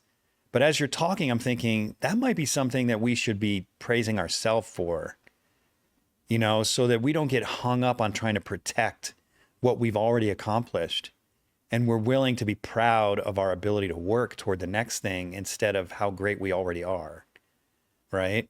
Because I'm imagining our art is like juggling, and we've gotten so good at juggling three balls, and our mom and our wife and everyone around us says, oh, Jeff Hein is the greatest juggler in the neighborhood, right? And then, but we're afraid to start learning how to juggle four balls because then we're going to start dropping balls and we're not going to be look so hot anymore, right? And Yeah. yeah, I think it's just we can't be afraid of that. You got to be willing to start dropping balls for a while if you want to get to that next level. God, you touched on something that was so profound. Do you know who Andrew Huberman is? I don't. So I don't remember what his actual title. He's like titled, but he's like a neuroscientist or a scientist of some sort. Big at Harvard, right? He's got a lot of Mm-hmm. podcasts and stuff. Definitely look him up and check out his stuff. But he studies the brain, all right? Health, nutrition, wellness, and brain, all of that. He's a genius kind of a guy. Um, anyway, he went on to this topic of dopamine, the reward pathway in the brain, right? And he was talking about how certain big figures in life um, kind of go from big dopamine to depression crashes in life or like let's say for example astronauts, right? Mm-hmm. Astronauts work really really hard to one day they go to the moon, and when they're done and they come back they crash. And then a lot of the stories you don't hear about some of these astronauts is Some of them have become suicidal, or some of them became alcoholics and big drinkers, because where do you go from there, right? Like, you went to the Mm. moon, now what? And then the same happened with a lot of these Olympic athletes. Who was the swimmer, the tall guy? Oh, the Who guy barrel chested dude that was smoking pot. What was his name? Can't I think remember. his name, I'm yeah, but Olympic swimmer. yeah. He suffered depression and anxiety after, like a lot of other Olympics, a You talk lot about the like, recent one, most recent. yeah, Yeah, and I I can't think, is remember. it Gabrielle Reese? Is she the other Olympic performer? All these people who've had, they also have mental health issues from various trauma in their past too. But what exacerbates it is they Hmm. work hard, hard, hard to get to something really big, and then they're praised for their moment, right? And then what tends to follow after that moment is a crash, a dopamine crash, and they fall susceptible to depression in those areas. And then they're like, what now? What next? So Andrew Huberman talked about that. He says it's a really big trend, because his whole thing is he also tries to help with like, he works with athletes and athletic performance, and he teaches this part to them. And he's like, whether you're an athlete or whether you're a CEO at a company, um, try not to celebrate when you get to a level that everybody else is. Let everybody else celebrate it for you, right? You don't celebrate. You just you have to keep thinking, what's next? What's next? What's next? If you win the Mm. gold medal and you're an Olympic and you win the gold medal, if you start celebrating, you're going to hit a super high dopamine hit. You never want your dopamine to come up and do this, kind of like you're revving an engine and go too Mm-hmm. high. Mm-hmm. You want the dopamine to kind of like come up a little bit, and then that way when you drop on the opposite end of the shoe, it doesn't drop too far. That's the axis they say that you have in life, is we don't want to be happy all the time. Like, everybody always says, I want to be happy. Well, it's like, well, yeah, you can have moments of happy in your life, but happy should look like this when dopamine comes up, but not like this from cocaine or winning an Olympic medal all the time and celebrating your highs all the time. Um, it should be, it comes up a little bit. And then when we're sad in life, it's equal. It comes down a little bit. It doesn't crash, right? So Mm-hmm. there is an axis. And he talked about that. And he talks about how in your career, whatever it is, whether it's us, we're artists, or we're Olympians, or we're astronauts, whatever it is we're doing, or we're the Elon Musks, God forbid, but we're any of those people. You never really celebrate when you get to these big moments. You just Mm-hmm. let the other people celebrate for you, but for you, recognize you did something great, but keep saying what's next. So the dopamine, you don't get these dopamine Mm. crashes, right? I think it's the same in art. It's exactly what you just said. You're Mm-hmm. always trying to look for what's, like, okay, great. I got to keep going for what's next. How do I better myself? And I think it's in like it, but I think that's us inherently as artists, though, right? We're never satisfied with the work we do. We're always like, I need more, even if we seem to do good. But the danger is we have a big show and it's a huge success. You're at risk of a little bit of a crash after that if you're not thinking about what's next all the time. Yeah. And even like, just to reiterate, even how we see ourselves. I'm not a great painter. I'm the guy who never gives up. To me, the latter seems safer, because if you focus too much on where you are, you just get into this mindset that you have to protect that thing. But if you're the guy that never gives up, you just keep growing and growing and growing, despite all your failures. Even though you never see yourself as a hot shot, you're the guy that keeps working. But Yeah, that's the epitome of who I am, because I'm like the shining example of imposter syndrome. I live imposter syndrome in my life. I can appreciate where I am in life, and I know that I've learned a lot, and I've for sure, but then never to the extent, like, of like, I belong in the group of painters I'm in, or when I worked at DreamWorks, or when I was an art director or a production designer. I'm like, how did I get here? And I shouldn't be here. And I'm glad they think I could do this. And I'm going to do everything I can to make sure they think I can still do this. I'm barely making it from project to project. And in my mind, I see the other people who are teaching me and they're doing what they're doing. I'm thinking they must know they're good enough to do this. They must have all the confidence in the world because I don't. I would show up to work excited to do the work I was going to do and be an art director or production designer. But man, deep down, I was scared. I was always insecure and scared. And there were times when I would surprise myself and go, "Ha, I did it. I did it." But it would be that driving force that made me like you said, like I'm never giving up. I'm going to keep working as hard as I can to do what it is I do here. Hmm.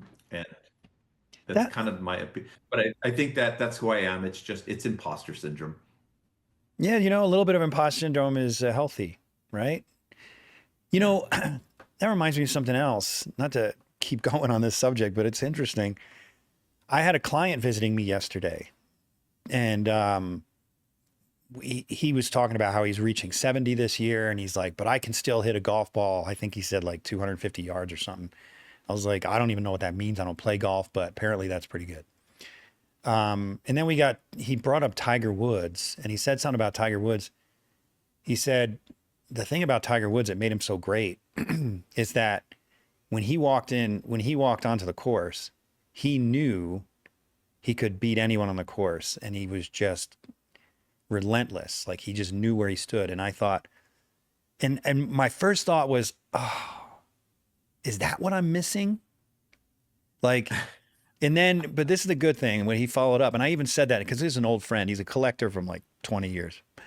But I said that to him. I was like, oh man, I wonder if I'm missing that. That sort of like nothing can stop me attitude.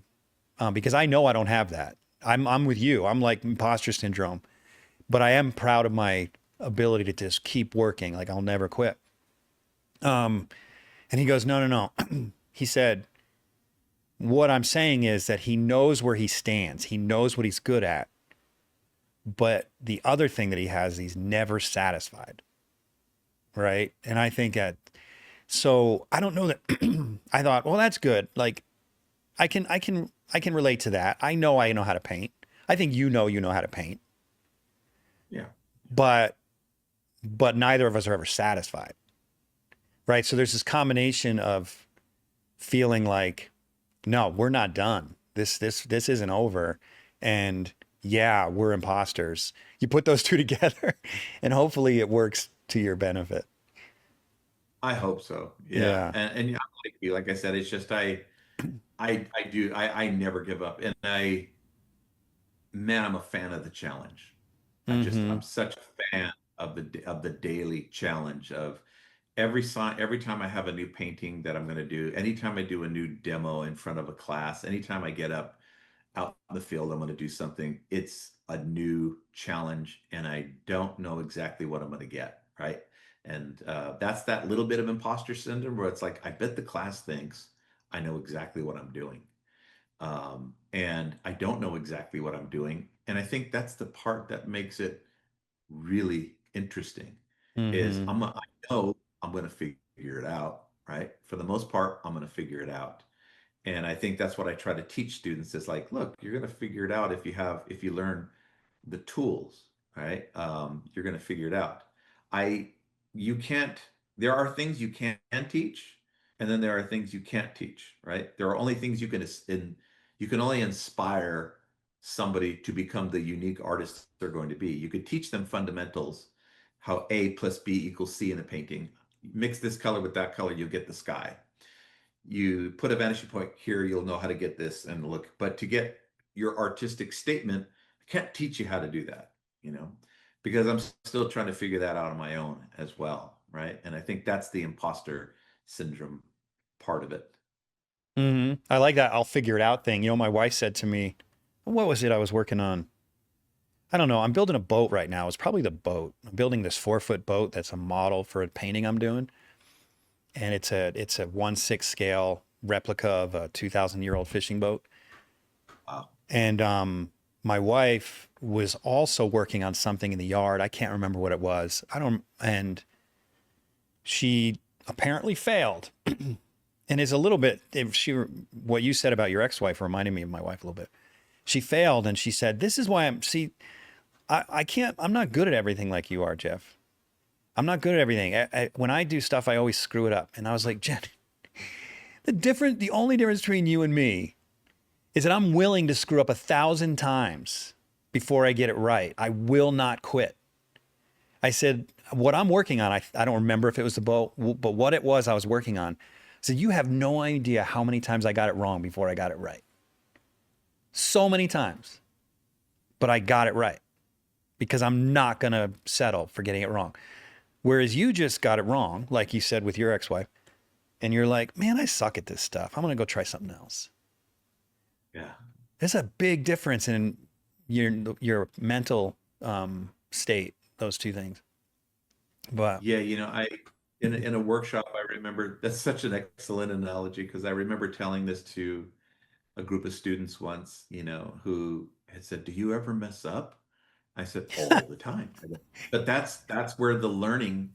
I'm only as good as my mistakes. I'm like, I learn from that. I don't learn from the good things. The only thing I learn from the good things is that my bad things are adding up. yeah, That's a great thing. Like all the mistakes are adding up now. I'm adding up and I'm learning from all of my mistakes. And anytime I make a good mark, the only thing I learn from that is, I've learned from my mistakes. That's it. I don't learn something good from it. Like I don't learn like, oh, this color works. No, that color works because I learned how it didn't work here. Or I learned from a mistake, how when you did it on accident, it looked good. mm-hmm. And so the brain's pathways remember those things and they add up over time. And it's just like, yeah, they're just proof that all the mistakes are adding up to good things. Yeah. Well, let me end by saying you are no imposter, Mike. You are seriously an amazing, amazing painter. So I'm super honored to have you on the show. This has been awesome. To hear that. It's been a pleasure. Appreciate that. Thanks for tuning in to the Undraped Artist Podcast. If you enjoyed it, subscribe. And if you could, leave a comment or review. That really helps the channel. Please share the show with your friends, and if you're feeling generous, consider a monthly donation at theundrapedartist.com. Thanks again for watching. We'll see you next week.